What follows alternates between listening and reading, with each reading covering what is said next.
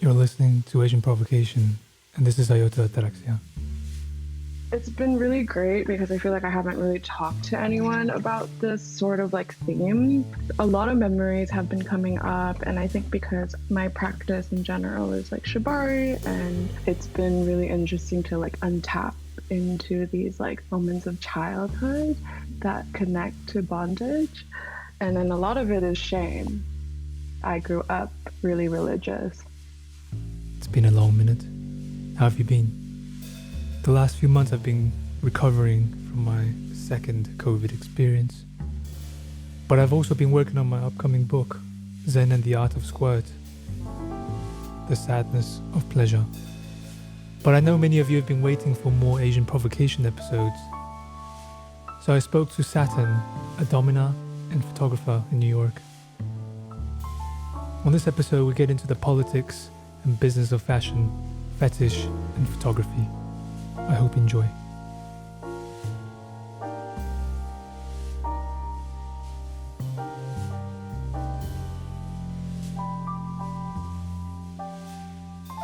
Can you speak on where you grew up? Is New York your hometown? I consider New York to be my home, but I grew up in San Francisco, California. My parents immigrated there in the 90s, and so I'm a first generation. Oh, you were born in San Francisco? I was born in San Francisco, yes. And where did your parents immigrate from? The Philippines. What kind of religion did you grow up with? I grew up in the Catholic Church, but progressively throughout the years of growing up, there was like turmoil within the churches that we went in, and then so they split. And so my parents just followed this crowd, and we converted into Christianity. And then after Christianity, Seventh-day Adventist. And then by the time I was 13, I don't know if the practice was different, but we just started changing churches as well. And I got baptized at a Baptist church. At high school, my parents went to Jehovah's Witness for a brief bit. And then after had their own findings that everything was just corrupt, like the church and the people, and that they can only do their own self-studies and teachings. And so my father currently just has a Bible and reads it. My mother kind of follows along, but I think she's like under like my father's ways. So she just follows whatever he does. So you guys had like a grand tour of going from Catholic Church to the Seventh-day Adventist to the Baptist Church and Jehovah's Witness. It's like a buffet. Yeah. I think all of it, all the story is the same. It's just the names change, the days we have service, the food, also like the symbolism a little bit. But other than that, it's been really interesting to also unpack that, and just the years of like how my parents got even more religious to some degree when I started kind of breaking out of it. Do you still talk to your parents? I do. We don't have the same beliefs, but I think I'm very good at like making boundaries on, what I want to hear, what is very detrimental to me. I know we don't agree on some things, and so I just say like, that's you, and I'm really grateful that you have that, but it doesn't work for me. Do you think being a domina and doing sex work is helpful for you with boundary settings? Oh, definitely. It's funny because I felt like, why didn't we ever learn this at school?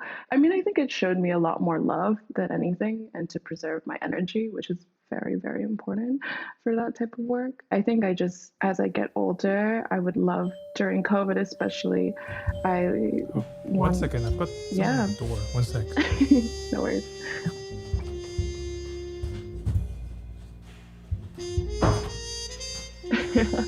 All right, so I guess this is more of an authentic show at the moment. Just random life happens.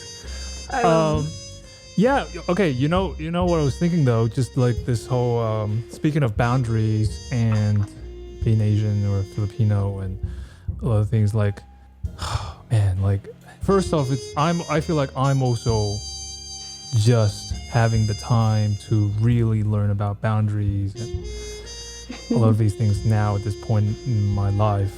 But there's so many things that just doesn't encourage us, and not to push away the responsibility, for example, even on like a social geopolitical level, for the colonized, how are you supposed to set boundaries when people are literally invading your environment? Tell that to the people that are being colonized.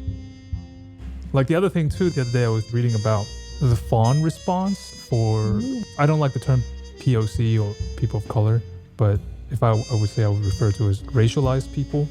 For racialized people, it's especially Asians and especially model minority methods of choice for survival is a choice by people who had their boundaries completely violated.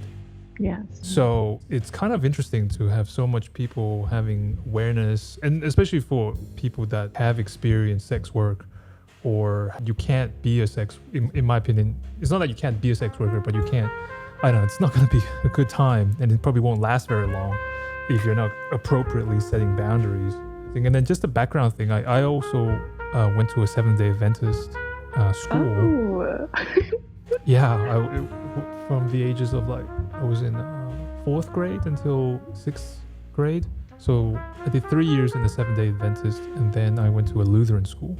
Wow, how did that affect you? I always am so curious. Like, it affected me so much. It wasn't so clear until, I don't really think about my 7-day Adventist time that much, but there are definitely things that came from that period that still obviously is hardwired into me. Like a lot of the shame, obviously, and yeah, the Lutheran was, more Protestant in that kind of Lutheran classic kind of way, but still there's a lot in there. And then it's a cult of people having the same kind of belief systems, but they call it like natural. Yeah, it's funny because I think my brothers also had a very similar experience to me, but they had a lot more freedom. I think because, I'm a woman, and I guess like under the religious scope, like women are just deemed as like just evil. Eve is the one that causes evil in the world. And so like, yeah, I had a lot of guilt throughout us and just a lot of fear. I feel like when I was going through my adolescence, I had dreams of hell. I had dreams of upside down crosses. I also had a point in my life where I was so afraid of writing my T's because they look like crosses. I wrote all capitalized. Wow, that's so cool. I mean, that's fucked up, but that's like some that's Sabrina teenage witch kind of stuff, or like. Oh my god, I love how you just referred to that. I feel like it's really interesting because like how powerful a symbol is, and I think majority in my photo work and also in just how I use symbols in my practice as well is just so everything's very heightened. And when I was younger I was like, oh, like the cross was just like the most scariest fucking thing in the world that I had to change the way I wrote just so I could avoid it. That's so cool. I mean, interesting but fucked up. But for me, I think because like I also grew up with like a lot of Japanese pop culture.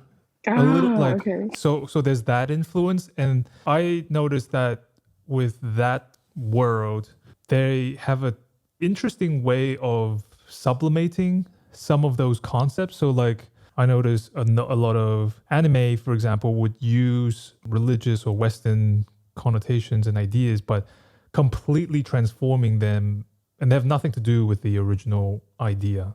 Or maybe they do, but I feel like they transcend that. Say like Evangelion Neon Genesis. Oh yeah.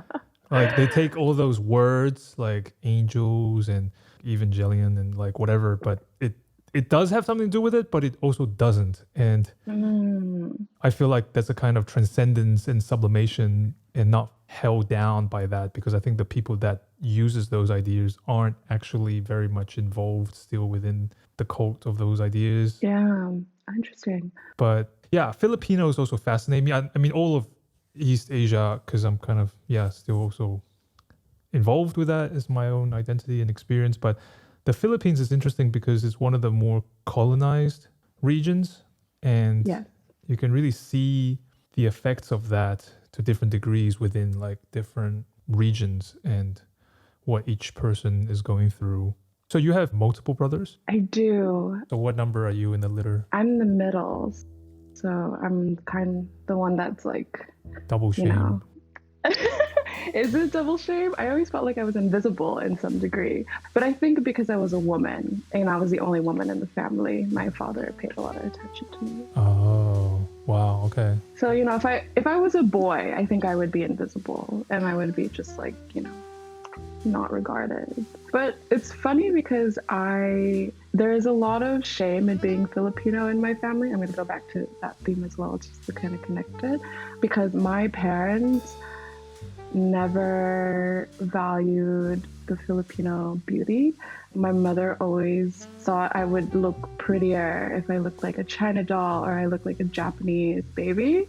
So she would cut my hair in bangs and like a bob, which is funny because last year I cut my hair like that. It brought up memories of my childhood, of my mother being like, oh, like you're so beautiful, like everyone mistakes you as Chinese or Japanese. Oh, man, that's heavy. I don't know, it's very interesting. I have a connection to Japan also because the stories always change, but everyone goes overseas to make money. They like send the money back to their family, and so the economy is just driven by like outsourcing that money. And so my mom was the only family to leave to America, but her two sisters moved to Japan and actually worked at a hostess club. And they were sex workers. But the story that my mother told me was that they were sold to Japanese men. And so I have half Japanese, half Filipino cousins there. And in 2016, I went to visit them for the very first time and didn't realize there was a huge community of Filipino, Japanese people there in Shizuoka, specifically where my two aunts work. And they both run different hostess clubs. So they recruit Filipino women who need, you know, money. And I was there. Me and my mom were just sitting in the hostess booth, just like watching all these like women like fight each other. Yeah, it was very interesting. And then like, I don't know why my mother never really brought it up, but she always said that they were sold. But in my eyes, it was like, oh, this is just how our culture is. You know, it's like every story that I hear from every mother or parents that left the Philippines, you know, came just to make money and then ended up living in where they are. Wow, I love that perspective. It reminds me of, have you ever read Oryx and Crake by Margaret Atwood? No, I'm going to write that down. Oryx and Crake. It's a great end of the world story by the great Margaret Atwood. And in that story, there's hopefully I'm not going to ruin too much. Spoiler alert, but there's one bit about it, which is that there's a woman, she came from a small village, maybe in Thailand or something. There's like flashback memories of how she was sold to sex work or something like that. The male protagonist in this book was always really upset about it because, you know, there's a kind of like savior mentality of the man. And he's always going on about how, oh, that's so fucking terrible. And I'm going to find that guy who like sold you or sex trafficked you, and I'm gonna like get revenge and like kill that guy or something. And then the woman was like, what's your problem? Like, it's not that big of a deal. Not saying it's not a big deal, but for me, when I read it the first time, I was kind of like, because it's a long book. It gives you like over a long period of time and gets you into the perspective of also that woman. It's not to say that sex work or sex trafficking is good or bad. It's not a discussion of that, but just simply the concept in which people project about the idea of it. And we're not actually talking about the actual thing yet. It's just pure fantasy in the sense like, let's say when your mom's selling you the idea that they were sold, right? There's not the discussion of what they did or didn't do, but that's the kind of idea that dramatizes, or it's just a different picture than reality. I remember when I was like, my parents are Buddhists, but they sent me to Seventh-day Adventist and then later a Lutheran school, not because they were Christians or wanted me to Christian. Actually, they were open for me to become Christian, which I find very interesting in terms of geopolitics, because the way I see it now, religion is not only about religion and spirituality or theology and philosophy, but it's a geopolitics And who controls symbolism controls the narrative, and who controls the narrative dictates power structures. What's interesting was the way that my parents, especially my mother, I think my mother definitely was running the show more. She understood and saw that with a white Christian education, that will improve and increase her idea of integration and being more part of it. Like this whole term of like integrating, for me, that's super toxic. It's the opposite of having healthy boundaries and authenticity and being who you are, because it's about adapting literally the enemies, literally people who colonized us, literally people who are putting us down. And I'm not saying this like death to all white people, simply more like, hey, let's call a spade a spade. It's that the process of integration is a process of violence. And it's interesting that my mom was open to the fact that I would internalize a different ideology and a different power structure where we fit in the bottom, like Stockholm Syndrome. It's interesting during that period. So my father would say these memories are just coming back. It's kind of funny that I didn't really have much of a sex education because they didn't really have that language either. But my father would say, when I first discovered porn and my dad discovered that the computer in the history and like in the cookies, that's when I discovered cookies and cash, was because they were filled with my dirty laundry list of like, as a kid and watching it. And then he was like, he didn't know how to say or communicate any of that stuff. And he just said like, he alluded to human sex trafficking. He said, basically porn is bad because there's sex trafficking. But the thing is, now as an adult, I'm like, yeah, there's sex trafficking, but not all porn is sex trafficking, or there's different degrees of sex trafficking, and not all sex work is one idea of sex work and one idea of sex trafficking. But for him, it was like, that's it, you watch porn, you're supporting, pedophilic, sex trafficking, whatever. So it's kind of interesting that you go to Japan and have this whole experience. But can you talk to your mom about your experience in sex work? Oh, I don't think none of my family knows. I think my brothers have an inkling about it, because for me to survive college, I did sex work. And they were like, where did you get that money from? No, I would always be like, well, like it was always in cash. So my father and I have like a joint account together. So he always knows. Yeah, I think like when I was going into college, it's funny because like my brothers have a joint account with my mother in their bank. We have different banks. I think theirs is like, and then mine's is with my father. And so like he would always financial incest. Is that what it is? I never thought I thought that was like normal, but yeah, because like we don't talk. I think my parents just look at our bank accounts and see like where we're at. And then like they would just like refill it. If we're like at $20, he would just be like, oh, it looked like you were low, so here's another 20. And I was like, oh, okay. Just like really like holding on. I always took out cash out and just like figured it out there. But that was the only way my father could tell if I was like really having a low point, but it was never much they could give me. And I went to a really expensive art school. I think that was another shame in itself, just being like, being frivolous with like my career and like going to something that would also put me in debt. And then like the fact that I couldn't afford a lot of things. Oh, New York. I feel like, I grew up so much here. Which art school did you go to? I went to Parsons. What did you study there? I studied photography. Was that undergrad? It was undergrad. Have we met? No, we have not. Okay, I Asians don't know all seem the same. Right? I never followed you, and because like, I think just photographers in general, it's like I don't want to be influenced, and you were so popular and I was so jealous. I was like, really? Yes, I think it's like with every Asian photographer, and it's always me getting angry because it's like, oh, it makes sense because you're a man, like you could go through this industry so much easier. Well, I'm glad we're having this conversation, because I do know that there's that sentiment and feeling. And it's something, one thing that I really want to go more deep dive into, and I think we are doing it right now, and I'm so excited for it, is especially during this period and like social, cultural racism awareness, the last thing you want to talk about is that Asians amongst ourselves have a lot of competitiveness, envy or jealousy. It's not all like kumbaya and like we all on one side, there's just a lot of tension and a lot of that stuff is not spoken. And then on top, I'm so glad that you're sharing that because I do feel a lot of that. And I hated the whole thing. It's sad, but that's just the fashion capitalistic system. I don't think it's just within Asians. I also think it's within like the Black community too. And I think I think about this in another theme in my life as well. And I call it just like scarcity. You know, I always believe that there's never enough. And like, what if we looked at ways where there was so much abundance? Then we would love to share everything with each other, you know? Like if we have so much of something, like why don't we just give it out?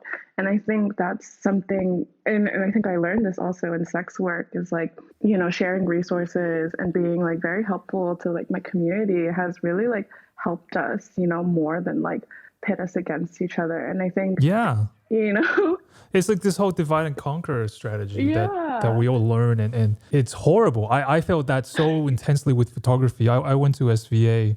And oh God. Why? What's the no? It's just all the same. Like yeah, it's all the same. It's horrible. Literally every art school is just like trash, and then like even all it's the art trash. schools are like, oh, SBA, Parsons. Let's call a spade a spade. It's. I mean, look, I learned stuff, and there were some professors that I do like, and it is what it is, right? But at the same time, like. It was horrible in the sense that, you know, I was in my program and I was like the second year of that specific program. And the first year I was told and I could observe that they were a little bit more relaxed. And, you know, who knows, maybe the group was generally more cooperative and had less scarcity mindset. But even there, I could feel this competition. And by the time our class came about, I could really sense that intense competitiveness. And this is during a time where it's not now, you know, like there was still a little bit more money going around, even though it's not. But people were so competitive. And then if you're Asian, you could really sense it's like with agencies, it's back then it was like, oh, but we already have our quota, right? Yeah. And then as like if you play the model minority game and you want to be that special one Asian that gets selected by a bunch of racist white people, so instead of being like realizing the game is stacked against you, you start putting each other down and you don't want to be like that Asian. It's horrible. Yeah, no, I can't even imagine. I mean, definitely, I feel like the industry is very much opening up at this point. But I do think that still in most cases, you know, we are always tokenized. But I am drifting away farther and farther. I feel like I'm still processing a lot of things from it and how much it is so it makes me so unhappy. You know, I do think that fashion can really be a place that can really inspire and change people. But the fact that everything is just still like very surfaced and not really touching deeply on like community, it just hurts me a lot. I mean, I don't know if we could save it, and I don't even know if I really want to be in it, but you know, I think everyone's attracted to it for a reason. And you want to hear my confession?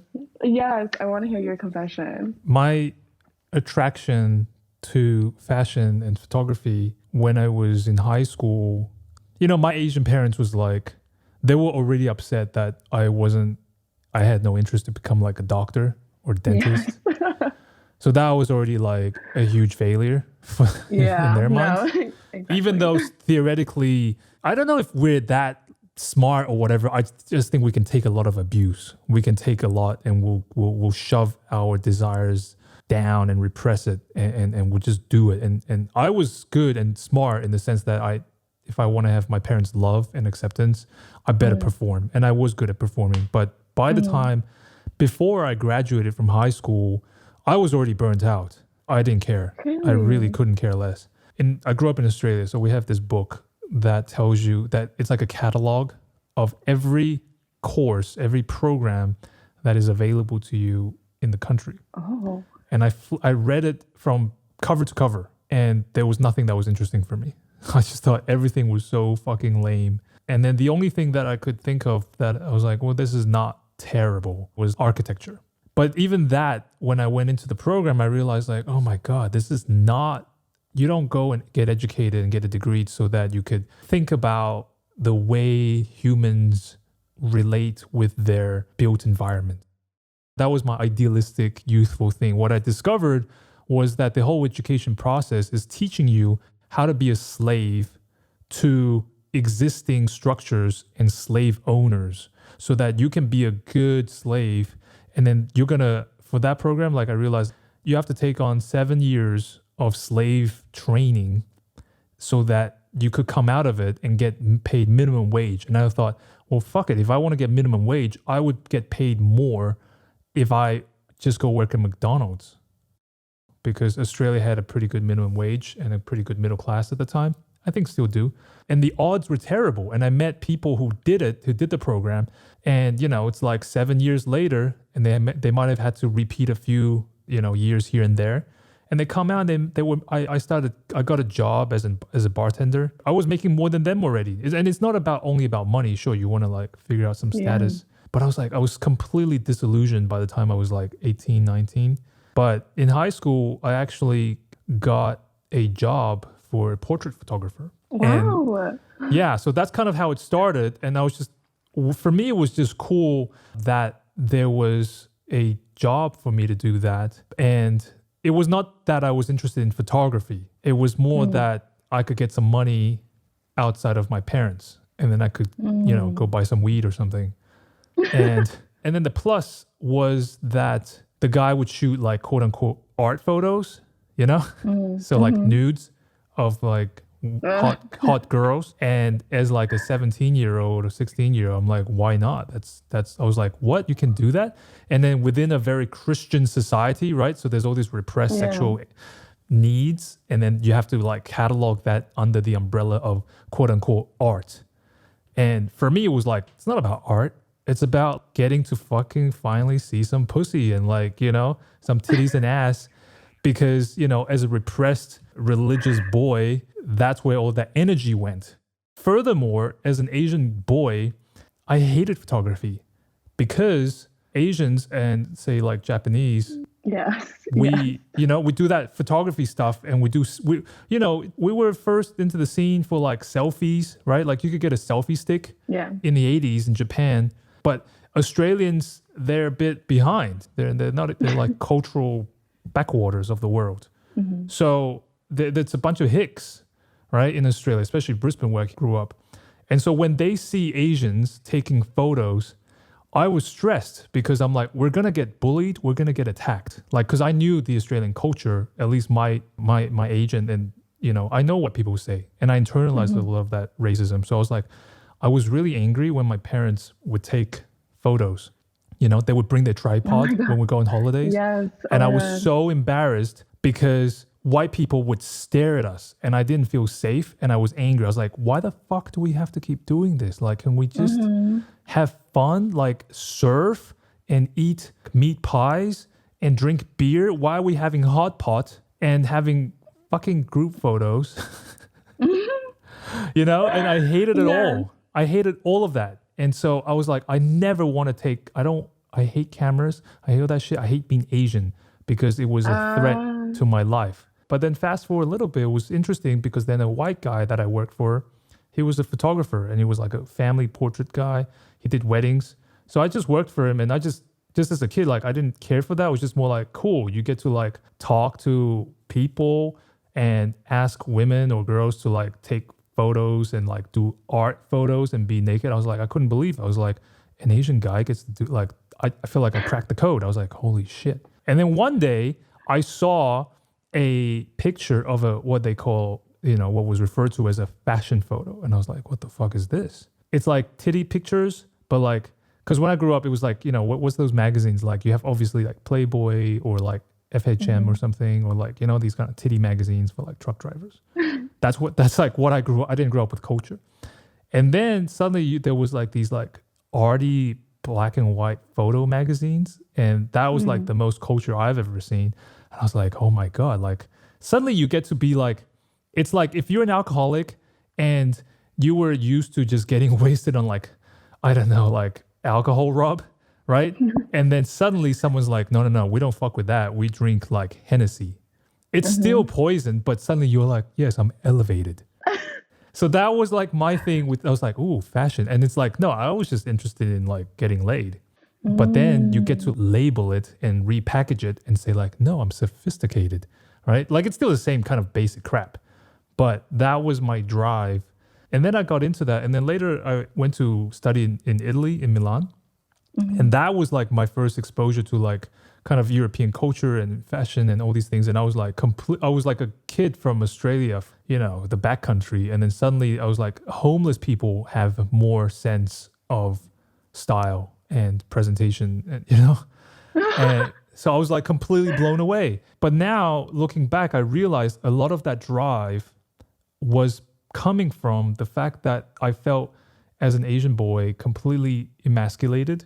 I felt completely the bottom caste of my society unless I figured I had to learn ways of integration, namely like being more racist than the white guy to integrate, to be more white than anybody else so that I would look like a cool Asian guy that gets it.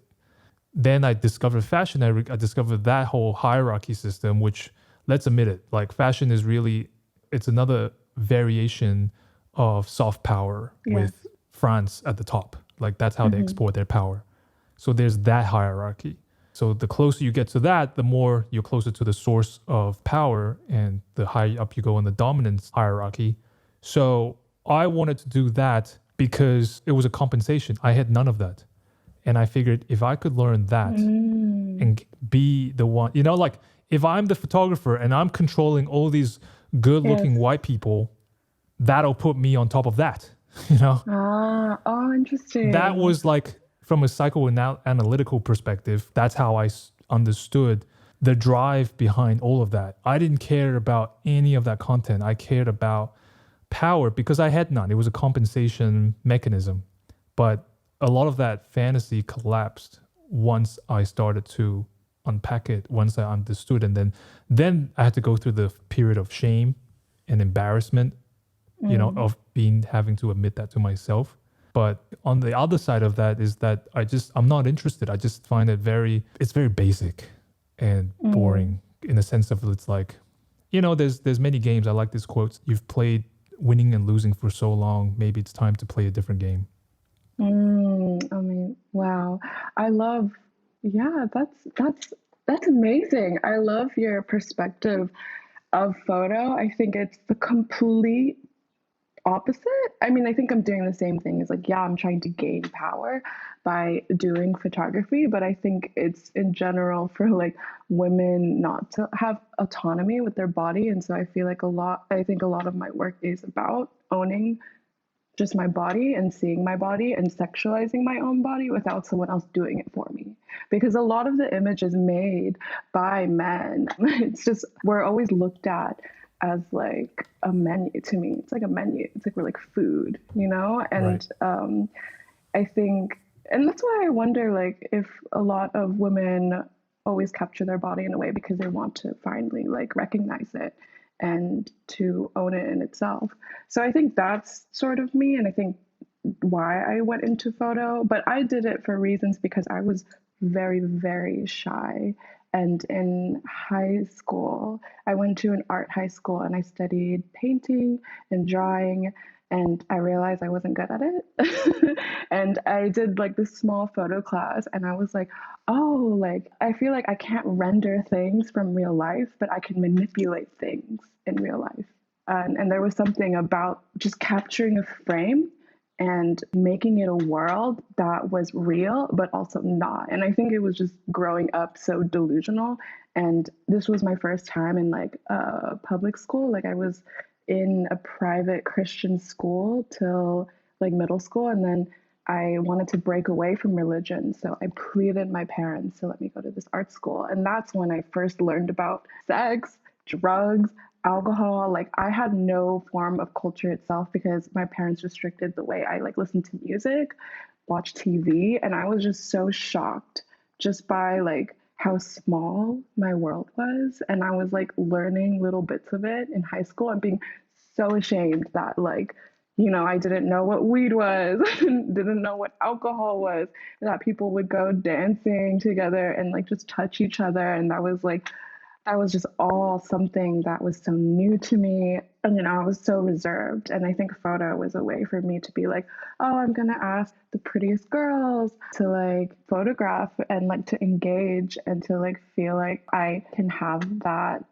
I could be a part of that world and not be afraid to like go for it. And I think that was photo had made me recognize that and conquered a lot of my like shyness and reservedness. And it's really funny because I think my earlier work that I did, I redacted the face because I was just, and you talking about being shameful of your appearance, and like you don't really see like Asian people photographed Exactly. beautifully. Yeah. and That's so like interesting.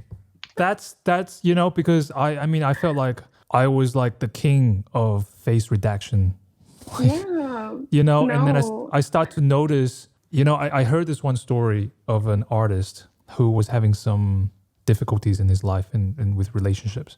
And then he went to this woman who's like a kind of like, I don't know, shamanic person or whatever, counselor, whatever, some special person for guidance. And she went and analyzed his life and they talked about things. And she noticed, because the guy was like a painter. And she says, look, it's very obvious even in your work. You only paint women who are looking away. And I was like, that's the only thing I'm interested in. Like I was really interested in people not looking into the camera, looking away. Same. And it's so basic. It's like, oh my God, is this like psychology 101? And it's so stupid and like as if it means anything. I was working with Melita at the time. She was even more extreme than I was. But, because it was interesting because before that time, I was actually, I've been in different advertising and where I was the face. And, looking back, I can see like they were just orientalizing me or objectifying, whatever that means, because it's not even their fault, but I think it's part of like, I wasn't ready for myself. Yeah. Because it's like you said, like, imagine like if we grew up in Christian religious imageries, which had no space for Far Eastern concepts, then where the fuck do we belong within the psyche of spirituality? It's the world of Abraham. There's no Asian, Filipino, Japanese, Taiwanese dudes in the story of Abraham. If you thought you being Eve is bad enough, but it's like, where do I fit in that whole thing? It has nothing to do with me. It's not my worldview. It has nothing to do. And then so when it comes to like imagery, it's interesting that you said that you felt you were terrible at renditions and renderings and all these things. I do wonder, like, first off, like, how do we even judge what's good and what's bad? Secondly, in the world of Islam, God is not depicted. You don't really depict the faces of prophets and important people and so on. And that's a really interesting concept. And then I grew up also with Buddhist influences, which is essentially packaged Hinduism. Packaged Hinduism ready for exporting outside of India. Now, within that world, it's also interesting to notice that it's not really a religion of imagery and sexuality. Catholicism is a religion of imagery. If you look at fashion photographers, they're all somehow connected to Catholicism, right?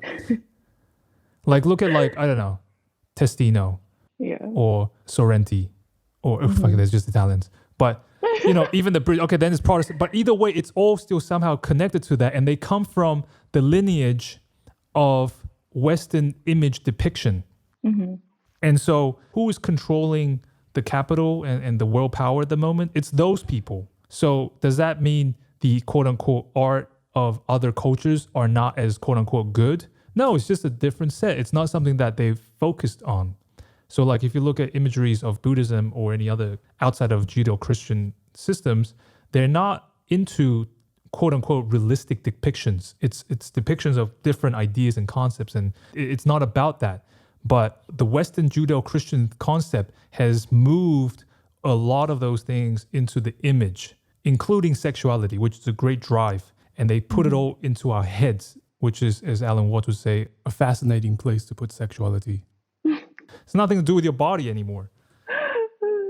And so these are like very strategic and functional ways in which they can continuously exclude people. And I had this horrible conversation with this guy. I really, white people. He's the head of the Wagner Society in Sweden. Okay, talk about racism. It's like, great, fucking Nazis. So and then I made an album. My first album was I was discussing, because I grew up with heavy Western 19th century European music.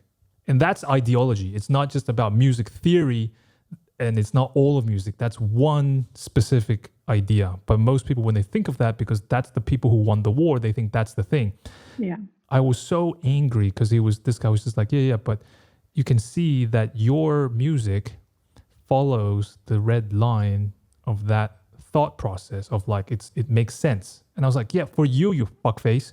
Like, my whole thing to do that was to accept the fact that I'm part of that lineage, as much as I hate it because I'm a slave within that. But I'm trying to break out of that. But at the same time, I can't just suddenly be not that, because I've never had not that. Yes. And for him, he's also the fish swimming in the water, but he's even more indoctrinated, and he can't see beyond that. And that's so infuriating for the colonizers to continuously push for us to believe that that's the only possibility in this universe. And that's clearly not. So it's interesting that the depth of indoctrination that we go through, and we start judging ourselves. For me, you take a photo, right? And then, especially if we're young in our early 20s and trying to get into the fashion industry, and then we refer to all the people before us who are white, who were not us. So we compare always things to that. And then, because if we're to believe that there is no objectivity in art, so you could basically do anything. But then why do we always feel that certain things is quote unquote more powerful and certain things are less? And I always had this really funny thing where, like, I'd be on set with a shoot and there's different people, and then there's always fucking references. You know, this is the dumbest thing. Yes, it is. Right? And then they put up this reference, and then you have to do anything. This is the paradox. You have to get as close as you possibly can to that image while not being that image. Yes. Which is paradoxical. And so it was ridiculous, because sometimes I could get so perfectly identical, but obviously I don't have that person in that picture. And so that was another benefit of having people look away, because we remove all of their identity, which is my experience, that I was not allowed my identity. So I'm not interested in anybody else's identity. I'm not interested in anyone else's face, because I can't face my face. Oh my God. And then on top of that, I realized as I improved myself and worked up my own ladder of confidence and expertise, which is nice and a good feeling to do in one's life.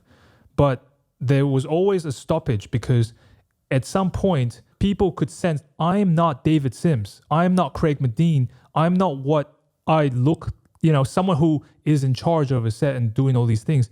I don't fit in. It's not about the work. Like, I'm not that guy.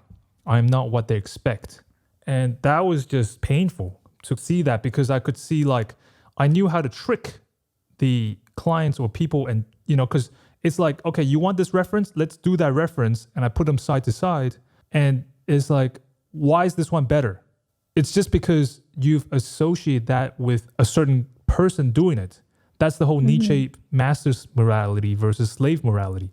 Good and evil is not about good and evil. It's simply about who is good. The masters are good. So whatever the masters does is good. And whatever the slave does is evil. And so if I'm the slave class, it doesn't matter what I do. It's because I'm not the right person to do that. And so if a master person does exactly the same thing, then that's beautiful, because it's done by the master. It has nothing to do with the work itself. Oh, it's so interesting of your perspective on all this, because, do you feel like you're still chained to this idea of like master slave, like in your life now that you're not in photo? Do you believe? I feel the most free master headspace as I've ever been. And obviously I still have a lot of things to unwork.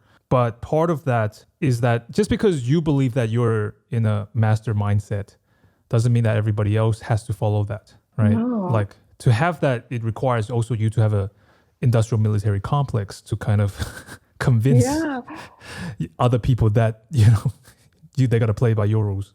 Yeah, I mean, it's just so, I mean, it's very interesting that you say that you were kind of following this and it was like always this kind of power game.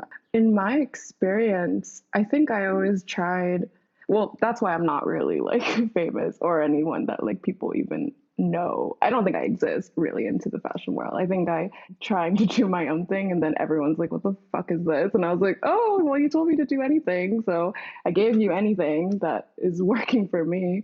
But I think because I love photos so much, I so try my hardest not to like fit within that mold. And then like the more I go against it, the more everyone's like, well, you gotta at least try. You gotta at least play the game. And I was like, do I really want to play a game? I feel like the most interesting thing is when you're not like playing the same card all the time. And that's what's exciting. That's what's really exciting because I think more and more of us are realizing that I think the worst part was when there was enough scraps to go around and we could fight for those scraps. And what is exciting is that those scraps are running out. This game is collapsing. As it collapses, look at us here. We're laughing our asses off and having a good time because we really have given up. We're enjoying our despair. And I think that's the most exciting thing for me to have ever happened in my life because I can actually start living. Yes. Yes. And I think that's at least working closer to a redemption out of this shame system. Yeah, I mean, I think also it's like learning in this industry to really fight for your beliefs. And I think there's so many voices always trying to like mute you out. And like when you really stand firm on just like what you want to see, what your vision is, I feel like then the people that really admire you really come to you. I mean, I'm not there yet, and I don't know if I want to stay within this realm because I think I have other pressing things to think about than making an image so people can buy shit from it. But I do think there is people there that want to have a larger voice and to really stop copying things. I mean, I think that's the most frustrating part about it is like people can't make images that are not saying that image, like you can't really make real images that don't exist, but it's like, where's the fantasy, And that's the whole point about fashion that's so interesting to me. It's all about fantasy and making these fantasies a reality. And so, we're always copying what we did in the 90s. Everyone loved that era. And it was sort of like, I don't even know where I'm going, but it's I think there's a lot of strong points in there. Like I'd love to further that, which is that, okay, first off, I call it a sickness. I really think it's a sickness in terms of the ideology of creativity. It has nothing to do with creativity. It has nothing to do with art. It's when we speak about fashion photography, what is it? What do we talk when we speak about photography and image?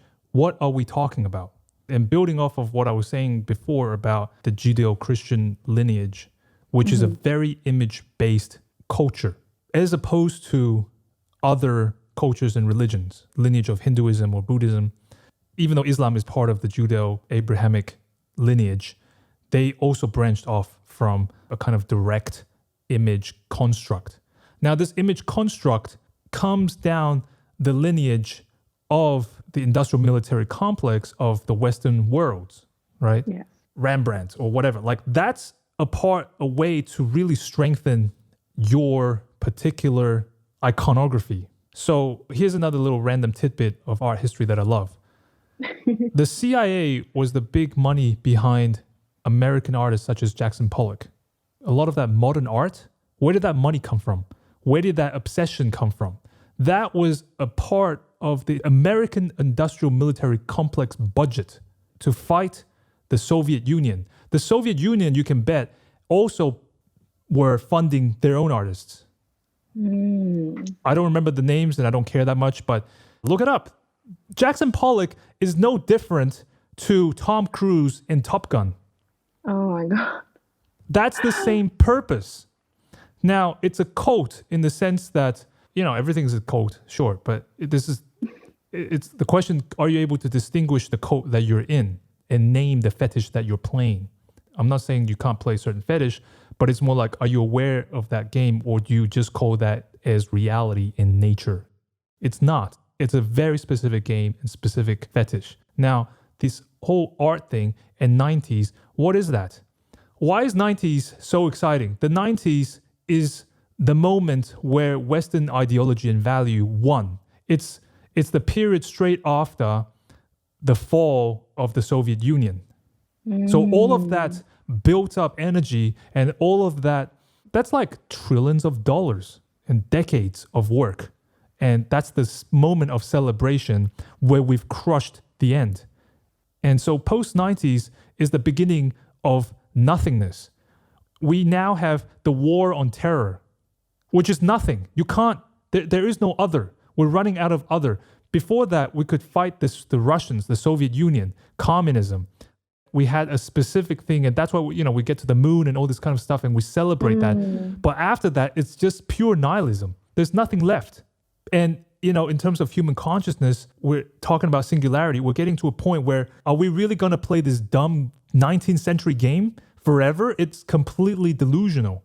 So when people sign up to art school, you're not actually going into the discovery of expression. No. It has nothing to do with that.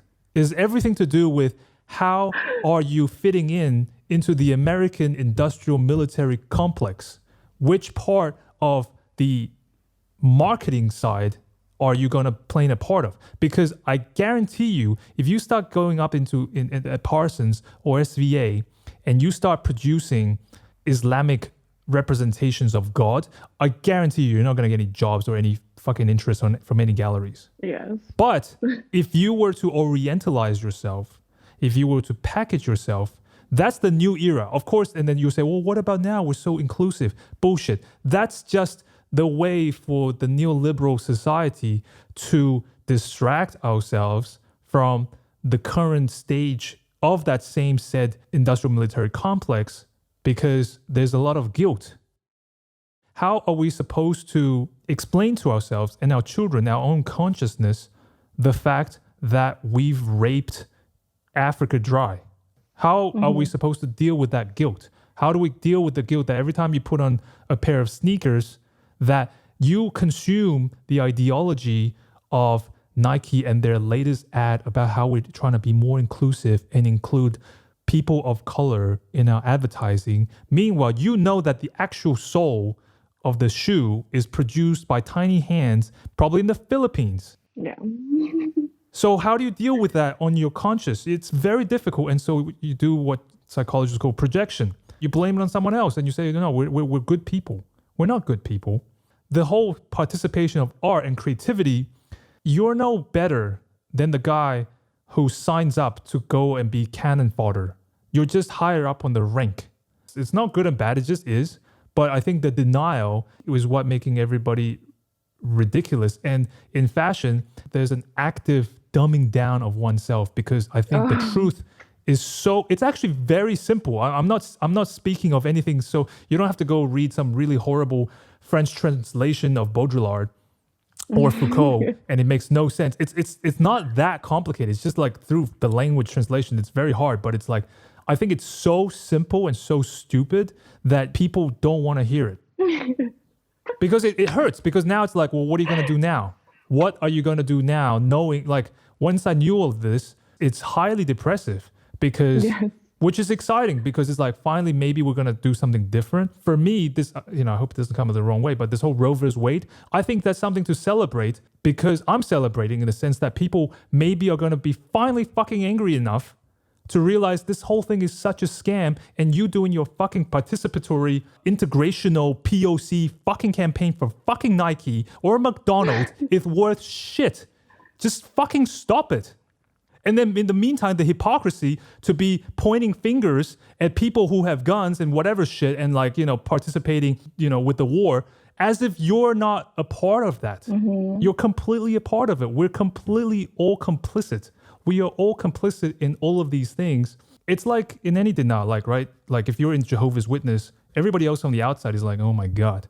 But if you're on the inside, it's difficult for you to accept that because then your whole reality will collapse.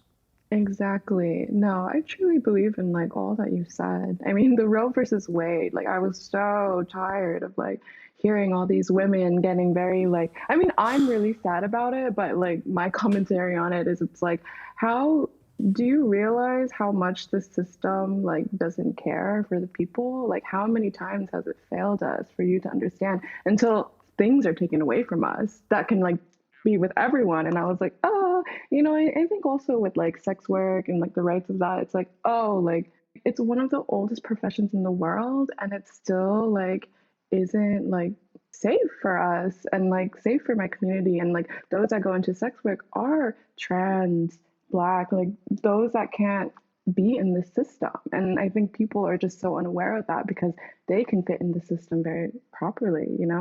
I am also excited for this new wave of change. I think when things are taken away from us, we see how much power we have in this world. And I also believe community will really come together. And I think that is so important right now. It's like we've already known that those above us cannot provide us safety. And so, really, just sharing and giving and really unifying together is the only way to like keep us safe. I don't know why we're still so divided in some sense, but that's just where I'm at. And I really appreciate you opening up about this. How did you get into sex work? Oh, I think I always was supposed to do it, but I was in college. I couldn't afford things, and it's very sad to like think about like, oh, what is the fastest way and easiest, or you think it's easy to like get money is to just sell your body. I think like every woman just like thinks about that. I was a sugar baby. I did it for like 2 years and was in various.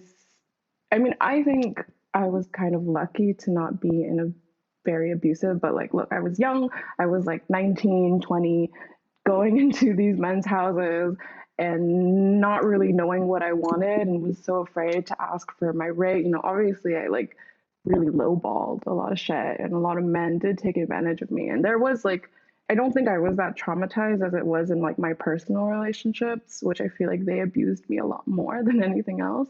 But I think that was my entry point into it, was being a sugar baby. And then I think by end of college, I wanted to try doming. And so I was on the apps and I like just put on a very basic statement, was like, oh, impress me. And I just got a sub and he was like, just so like giving and was just like, oh, I really want to like serve you. And so I did a very stupid thing where I sent him the address to my home, picked me up in his car, and just drove me to a hotel 20 minutes. And he was kind. I didn't really know how to really play with someone. And I think I was so intuitive. Like, I was just like, okay, what do I have that looks dommy? I didn't really have an outfit. I just had a bodysuit, put it over some pants, and then I had a scarf. And so when we entered the room, I took the scarf off and put it on his neck. And I was like, this is your collar, and you are my dog. And he was just like, oh, thank you, mistress. And I was like, dogs don't talk. Get on the floor, on your knees.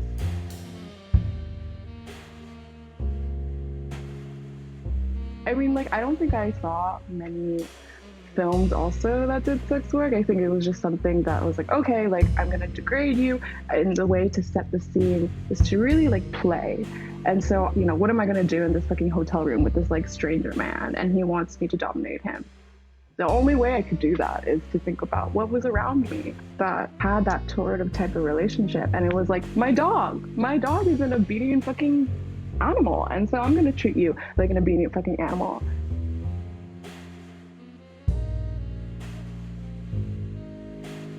That was my first experience. And afterward, I asked him, how did you know you were a sub? And he told me about his college experience, like going into his roommate's dirty laundry and like smelling her underwear and imagining her like beating him up. And I was like, wow, that's like so powerful. That's so vulnerable. And yeah, that was it. And he dropped me off and was like, have a good night. Talk to you soon. And then that was like sort of our relationship. What was his ethnicity? He was Korean, born in Texas. He was a businessman. I think a lot of these men are. How old was, like, roughly? This was in college. So I was, oh my God, I don't even remember the age. I think he was like 25, 26. Not that old. Yeah, he was very young. He's a young businessman. Yeah, but he didn't pay for me. That was the one thing. Like, I feel Wait, like all what? the young ones. Yeah, no, he didn't pay for me. It was just an experience. And then after when I wanted money, he was just like, he found someone else. And I was like, you're just a useless, not giving sub. I think he was very open, but I think, like I said, my early experience with sex work, I didn't really know my rate. I didn't really know like how to ask for money or what my value was. And I think for the longest time, I always had to like question my value, even within the fashion industry and in the sex work industry. Like, even like white women, get more clients than like, minorities itself. And I think I continued my sex worker journey in 2020 during the pandemic. I went into a dungeon and I was doing caregiving at the time. So I was like, oh, I can't really make enough with caregiving. It was unstable. And so I took on sex work again. And I asked my partner, I was like, oh, like, would it be okay? And he was very supportive. And I think, later down the line, it was just like really difficult for us because I realized there wasn't a lot of communication, there wasn't a lot of trust. And like, being like having a relationship in sex work is like, you have to be very open and you have to be really sure of yourself. And I think we both weren't there yet. And so the relationship broke apart. And like, I was also like figuring out like these boundaries in this like dom space. It even hurt me more in that house because it was just these women under like, this white man who's like pimping us out for money. And then like we were all like fighting each other. And I was just like, we're all in the same position? Like, why can't we just share? It's like, why do we have to like play games? And it was like high school and like people were bullying each other and you couldn't learn anything if you weren't friends with these girls. And that was just another thing. It's like I played that game as well. But like I treasured most of them. And then I became independent start of this year, actually. It's been really good, but I think I miss community a lot because that was like something that really held me together. Sex work can be a very isolating place. Community really helps you a lot. You can't do these things on your own. But then that sometimes, if you're not careful, opens the vacuum and the window for pimp. Yeah. Reflecting on my work as an artist and all these times and like as a young person, like one of my favorite books that really gave a different light and perspective on so much of this is a book called Pimp, The Story of My Life by Iceberg Slim. It follows the story of, it's a portrait of a pimp. It's very cold. It's very brutal. But if you can stomach it, it depicts it. We're not so different and society is not so different. I studied with a very good sex teacher. She's also domina. She mainly teaches women how to find their dominance and assertiveness, and especially in sexuality and in the bedroom and in play spaces. The men that attend are just designated as boys, and you're just there to serve, to submit to all these learning women and to let them torture you. What was interesting for me during that experience was like, nothing was new. I was like, I know this very well. I know how to be sadistic and torture people. I experienced this so much in my life with my mother, first of all, and a lot of the teachers that I've had in my life. And it was very cathartic to do that in a play space because I knew that there was a beginning and end and that it's play and that it's very clear that I'm consenting to this environment, that I'm choosing to be there and I can walk out of it. But the difference with that compared to me as a child, which I didn't have a choice, that was very abusive. But that was very interesting to also see that, when I was a photographer and I spoke recently about this, and I had the kind of, when victims of abuse sometimes internalize the guilt, even though you're the one being abused, you feel guilty. So I felt guilty that my white agent stole money from me and tried to deport me and all of that story. And I only spoke to I actually just told my parents the story this weekend, and I didn't tell them for like 4 or 5 years. I was so ashamed. Really? I internalized that. And when I really think about it, the whole relationship between artist and agent is a pimp and bitch relationship. I'm their bitch.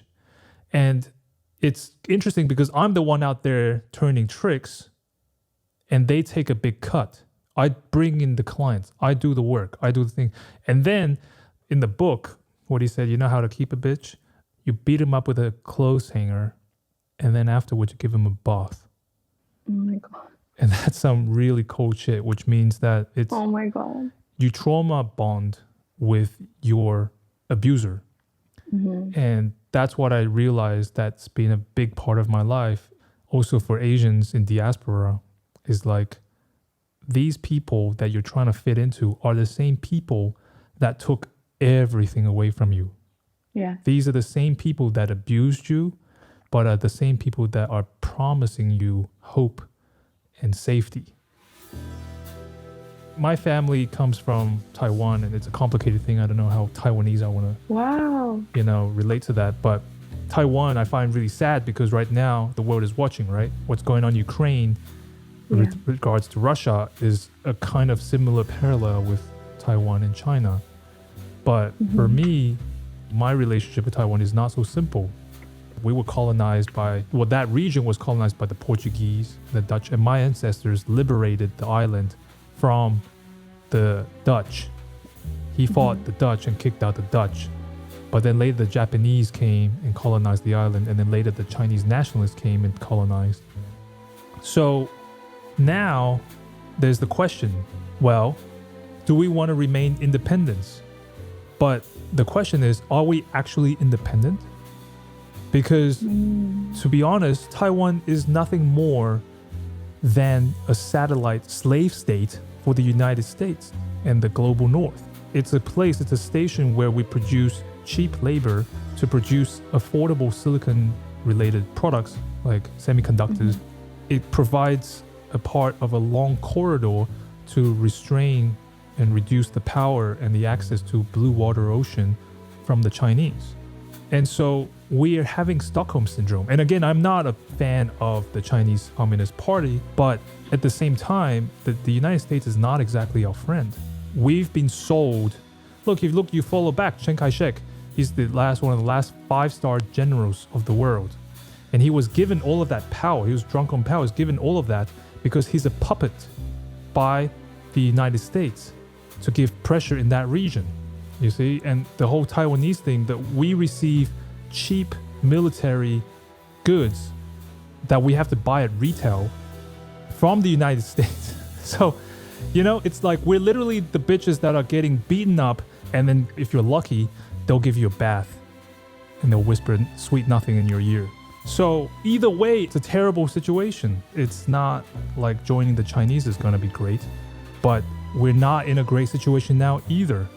And the people that are excited and saying we have to fight against the Chinese communists or whatever, it's not about that. Those are the people that are being bought off. Those are the people that are in comfortable environments. They're the house slaves that have comfortable jobs in an environment supported thanks to the American military powers. No, I don't want to think. This is happening, and there's also something really bad happening in the Philippines as well. I don't know if you know what's going on. Philippines, like Guam, that it's just an American place for deployment. Yeah, exactly. And they really pushed our country to really export our bodies. Literally, that they've made the countryside so poor that the only way to sustainably live there is to just rip families apart, just send them overseas. Like, even no, like none of my family has gone home in such a long time. It's because they know the only way to keep it going, to keep us safe, is to just work here and live here and assimilate. But what I've learned in just, bringing it back to sex work and bringing it back into kink spaces is that, all this trauma and this idea of power, it doesn't help us. It hurts all of us. And when I think about the bad dom and the good dom, like we think, and this is what a lot of sex worker content or like movies, it shows like this sort of like, there's no negotiation. There's no this consensual talk beforehand before you start whipping someone. You feel like this person's like, oh, I'm going to fall into knees on the floor and you're going to give me what I want. No, that's not it. And I think the assumption of that and feeling like giving your power to someone else is a healthy way to play, which is not. And power is actually given to all of us, not just one. And that is something that is so important when I see it and when I talk to my client and play with them, is that it's safety. The reason why someone wants to give you their vulnerability and give you their body is because you can empathize with them and because you could like make them feel safe. And that's why they're able to give so much and take on and push boundaries, push limits to get them somewhere, to move them and to also grow. I mean, it's also with the individual itself. And if we learn how to do that, I think that would just benefit us all. And then we wouldn't have to deal with all this scarcity. Then it's just like, okay, I could give everything to you. I could put my trust into you because I know and believe that you're going to do everything back to keep me safe. It's funny because I also took a class. My Dom teacher is Vietnamese, and I was talking about my experience and like the Philippines being colonized. She's like, yeah, I think that's like our power to want to gain that power back, because through it within like our culture, we've been colonized, we've been taken advantage so much. And so like to really have that and to become the power it is to take back that power that you've been like stripped of for so long is something that I feel like, wow, I was called into doing sex work, and that's just how I want to continue and share these things. But I'm so scared, definitely, to come out. What are you scared of? I'm just scared of being, I notice that when people recognize me to be very sexual and to be like really confident in my power, I judge myself for taking ownership of that, because for the longest time, being religious, I wasn't meant to take ownership of my sexuality. Being an Asian woman, we're already sexual objects. Oh, I'm going to put myself in this pedestal where I am kind of a sexual object. That is a double-edged sword for me. I don't want it to come out. I don't know if my brothers will end up finding out until my parents, and my parents are very traditional. I don't want to hurt them in that way as well. I also just think I'm engaged with a lot of fashion people, and they also glamorize me or exoticize me for being a sex worker, and to be like, oh, like you just like hit people for fun. And it's so tiring to educate them on the fact that like, it's not about hurting someone. It's about actively caring about them, because this is really risky stuff. Like what we do, if we're doing like blood play or we're doing impact play, it's like we're really pushing the body to its limit. And so we got to know how to safely do that in a very controlled environment. If we were just taking anyone who didn't know their boundaries, which if someone doesn't know their boundaries, that's a red flag. Because like at the very end of the day, if you don't really know what you don't want, and then like we do something for you, but you don't communicate it, then you're just gonna like make yourself the victim and be like, oh, like you didn't give me what I want. There's like this assumption that, and you're going to have a bad experience, and you don't really want to like confront them because they're like, oh, they're the dom, they should know everything. And that's like putting us in a place of power that can also be very toxic. We're humans too. Don't try to like put us on a pedestal and think that we could give you everything that you want. And I think that's really funny about God being religious and thinking, oh, this is the God. We don't know who you are. I don't know what kind of person you are, but you died for me. And like, I'm not going to complain about that, even though I'm hurting so much, that's not kind and that's not empathetic. But I do think I would gain power And I would love to educate people, but I think my capacity right now is that I need to survive. And I also don't want to be this fetishized hot thing on the menu for people. And like fashion likes to take from these subcultures as well. So it's like if I came out as that, they're gonna be like, oh, you're just like the dom erotic photographer, and like they're gonna just be using some other words to like fill my mouth when like I am trying to put that work into my community and to like give back in some way and not just be a figure. I think that's the one thing I really like am disgusted by. How old are you? I'm Okay. Been through a lot very quickly. I think the young, even like all the doms that I'm with, they're like 24. The youth, like they're so aware of themselves. And I think about the way we take on information and how we grew up. And like, I'm pretty sure your parents and my parents come from a very conservative background, and seeing all these young kids and their parents growing up very, I don't know, just very free, very open, allowed them to really check on themselves and learn about themselves without all this restriction. I'm not saying that it's not there, but I have been talking to a lot of young individuals, and it's really amazing how they can communicate. They could like see what is good for them. And I think it's just the time and the generation of our parents passing this trauma on. It's like we're also relearning ourselves, and also like unpacking our trauma. And no, it's very amazing. I definitely think the youth are so important, and I always talk to them daily to like be like, oh, sometimes I'm not even so sure of myself. How long have you been following my work? Oh, I think, because I don't know if you changed, I didn't know you were Paul Young until you posted you were Paul Young. And I was like, oh my fucking God, like, this is crazy. It's nuts. I think when you interviewed Lulu, because I had known Lulu in 2018. I think I met her then, and then I shot for her magazine. And then when I saw you did an interview, I was like very intrigued. I've never seen a lot of people talk about just the Asian diaspora, or just like, having all this information and just talking with people about it, that I was like very intrigued. And you were also posting a lot of like my favorite movies, and I was like, oh, I wish I could like catch you, but I couldn't. It wasn't until recently. Yeah. So I feel like I was like really surprised and very admired. I think I don't know all the things that you've been talking about with just like the war, the conflicts, the geopolitics. I have no sort of terminology or vocabulary, or not saying interest, but it really goes over my head sometimes. I've just had more time to sit on my ass to contemplate on that. It's wonderful. Would you say, like, before you realized who I was in this current state and iteration, was your perception of me different? And did it change because of realizing that transition? No, because I think I think when you disappeared, it didn't change anything in the industry, but it just made me recognize like, oh, there are people that feel the same way of like entering this space and always feeling othered. And I think that made me resonate with you more, and also like wanting to like learn from you. I think I'm in a place right now where I just want to be friends with people who are very experienced and that could share their knowledge. And I think that in itself is wonderful.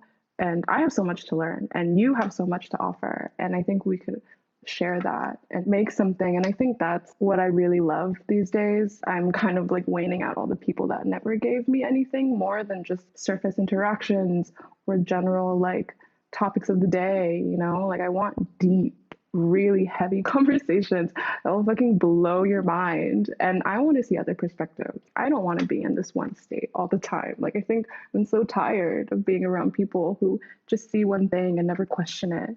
I'm really glad that we have had this conversation now. It's yeah, no, it's relieving for me, and because it's also hard, because there are so many moments during these periods that I just felt so utterly alone. Like, am I going insane? I started to being aware of the process of recovery, which entails rediscovering what you already have and what you are. it's not like I jumped or dived into something new. It's more like I'm recovering myself that was always there this whole time. I ask that question a lot with people I engage with because I also have had a lot of people that have just, what I can describe as dimming the light. It's not that we end the relationship, but we're just dimming the light for the time being. It was crazy to feel that and see that. But people can only be ready when they're ready. It's been very nice to connect with you, and I'm really excited to share some of what you've said and your story because it's really powerful. I think when people finally access their own truth, you could just sense that it really hits you really hard. Yeah, I think we could grow by hearing all of our experiences. It's because that's real and that's true and that's your journey. I'm not saying that everyone has the same journey, but we all experience the same degrees of things. And like wherever we are in our headspace, we deal with those things fully. And I feel like all the times I've worked through my boundaries, like there are always just different situations that hit me that always test them. And, you know, you just get better at it. It's not like it goes away.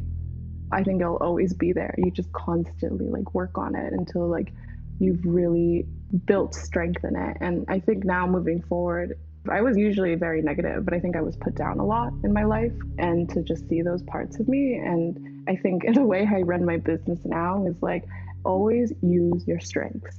Your strengths are the ones that'll take you to places that'll just work for you and always make things work for you. And so like in my dom practice, I actually related to like how I failed in my photo practice. Like everything that didn't work, that I could become a photographer, I put in my dom practice because I was always like giving people free shit, you know, and just like never asking, like telling my boundaries. And now I'm just like really good at navigating it more than ever. But I want to know specifically, Odo, your kinky fantasies.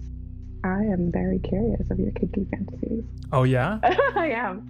Let me think about that. Does anyone ask you that? Not on a podcast, but I'm sure I dish it out when no one's really wanting to know. So it's funny that now that you ask specifically. No, I think it's very interesting.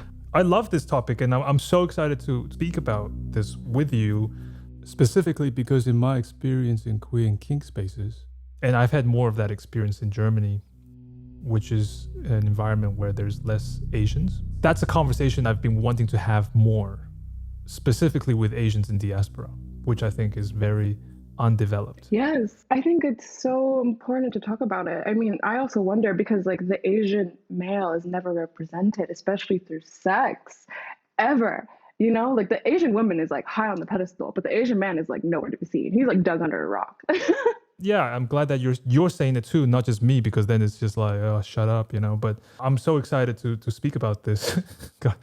So excited that I think I have to like gather my thoughts. But one initial thing, it's difficult for me to say that now, and that's not coming from a place of like denial or repression, but just simply like a lot, in my opinion, with a lot of kinks and especially repressive fantasies, is that the more I speak about it, the less repressive they are, simply by the nature of the fact that I'm speaking about it. Like, you know, if I'm speaking out in public, is it really that repressive?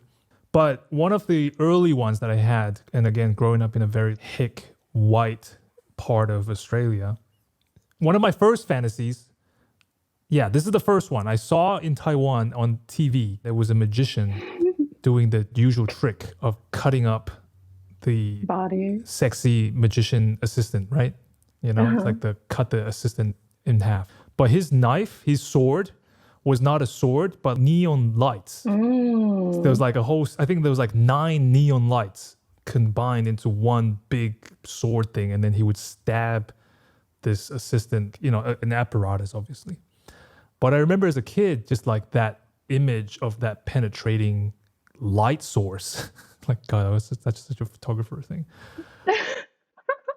I was like, wow. Like, and I think that was like one of my first memories of an erection that I had.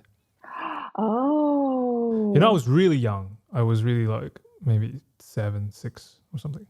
So you were just fond of the act of penetration itself, right? Would you think? Maybe. That's one thing. So that was like a very infantile kind of thing. And I mean, early on, of course, I had like mother complex kind of crap as a child, like, you know, wanting my mother for myself and kick out the father, kind of like very basic Oedipus crap. Like, that's not so interesting. Then when I was in Australia and I had a friend as a kid, shout out to my friends Stephen and Amy. I don't know if they listen to this. But it was funny because we were watching, what was that movie? I just always love hearing like the first memory that triggers all the sexual experiences of your life. I keep thinking, yeah. No, I love this. I don't know if it's some weird psychological thing. I keep thinking Gone with the Wind, but it's not Gone with the Wind. What's the like the Austrian movie where they're like, you know, with the kids and stuff? That's very vague. No, there's only one. Like, really? I don't know. I don't know if I've seen an Austrian film with just kids with... You know, oh my God, wait. You know, there's a singing, it's like a musical. Mary Poppins? No? No. I hate musicals. I hate musicals. So you're asking the wrong person. God. This is so funny that I think because I'm just trying to do too many things right now, but like Austrian musical singing family, the Trap family, you know? What was that movie? Oh my God, no. I've never heard of it. Okay. Sound of Music. You know the Sound of Music? The Sound of Music is The Sound of Music is my first erotic experience outside of the magic trick. You've never seen The Sound of Music? Because I don't like musicals. Why would I watch The Sound of Music if it's a musical? For me, I watched it because it was always on television. And my parents loved it. My parents loved it because they're also like secretly white supremacists and they want to be like European, white, whatever. What's the scene? So, okay, we were hang out. I would love to be the one to deflower you from the experience of Sound of Music. Ew, I don't think I would ever want to sit down with someone that I really like talking to and be like, let's watch this musical, this white musical. I would never want to do that. No, but this is proper kink, you know? Like, this is proper kinky stuff because, okay, let me set up the storyline. Okay, this is so kinky. The Sound of Music is based on a true story or a real family, the Von Trapps. And the Von Trapps, it's this guy who's like an Austrian general of the Austrian-Hungarian Empire or whatever during the war. And then they hired this woman who was deciding whether or not she was supposed to become a nun, but then she became like like an au pair for this really rich family. And this family, there's like 7 kids or something of like every age. And they love her and then they're singing all the time. And they run through the like Austrian Alps and all this kind of stuff. Anyway, there was a scene as a kid, I remember, where they were about to kiss. There's like a kind of a little bit of romantic backstory and whatever. Like it's all very PG and repressed. Me and Steven, we were like 9 or 10 or something. We both said, oh my God, we got a stiffy. And this is funny because Sound of Music is like the most, in one way, non-sexual movie ever. So some white people might have Orientals as the other, right? Yeah. And for me as an Oriental, the Occidental is the other. Yes. And so that was for me everything that I am not. I'm fetishizing them. I'm fetishizing the white family. I'm fetishizing the Austrian Hungarian life of whatever bullshit. And then there was this moment when they're about to kiss and it was very erotic for the 9-year-old me. And then on top, this is the construct of the fetish or the kink. As both me and Steven go, oh my God, it's giving me a stiffy, both of us. And then Amy, the younger sister of Steven, was like, quick, close your eyes. And so we all like, oh my God, close your eyes. And then so that became the taboo.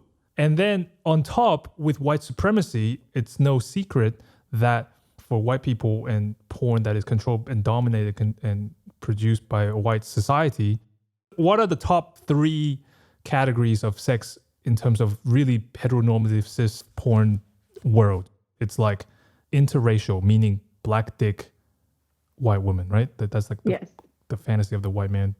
Cuckolding is a big one, and incest to perpetuate white supremacy. And so I've internalized so much of that. Sure, I mean, I could say I quote unquote enjoy that fetish for myself, but I would say it's part of the integration. I know how the white man thinks, in the sense that like I don't even know at this point having to indulge and enjoy so much, and then also at this point in my life that like I've kind of satisfied a lot of itches. So, and like that's why I say like I can say it out loud. One of my early fetishes is like white incest. It's interesting because it's not incest about like my actual Asian family. I don't have a fantasy for Asians fucking within their family. I enjoy the idea of white supremacy in a like this is totally taboo and so totally wrong, and I totally cannot accept that. But the more I reject that, the more it becomes taboo and the more it becomes like a fetish, and you know. But the more I speak it, the more it's also like it's not a fetish. So it's kind of like this paradox. So at this point in my life, I have to say, one of the more subversive and dirty things is like eating McDonald's or playing video games.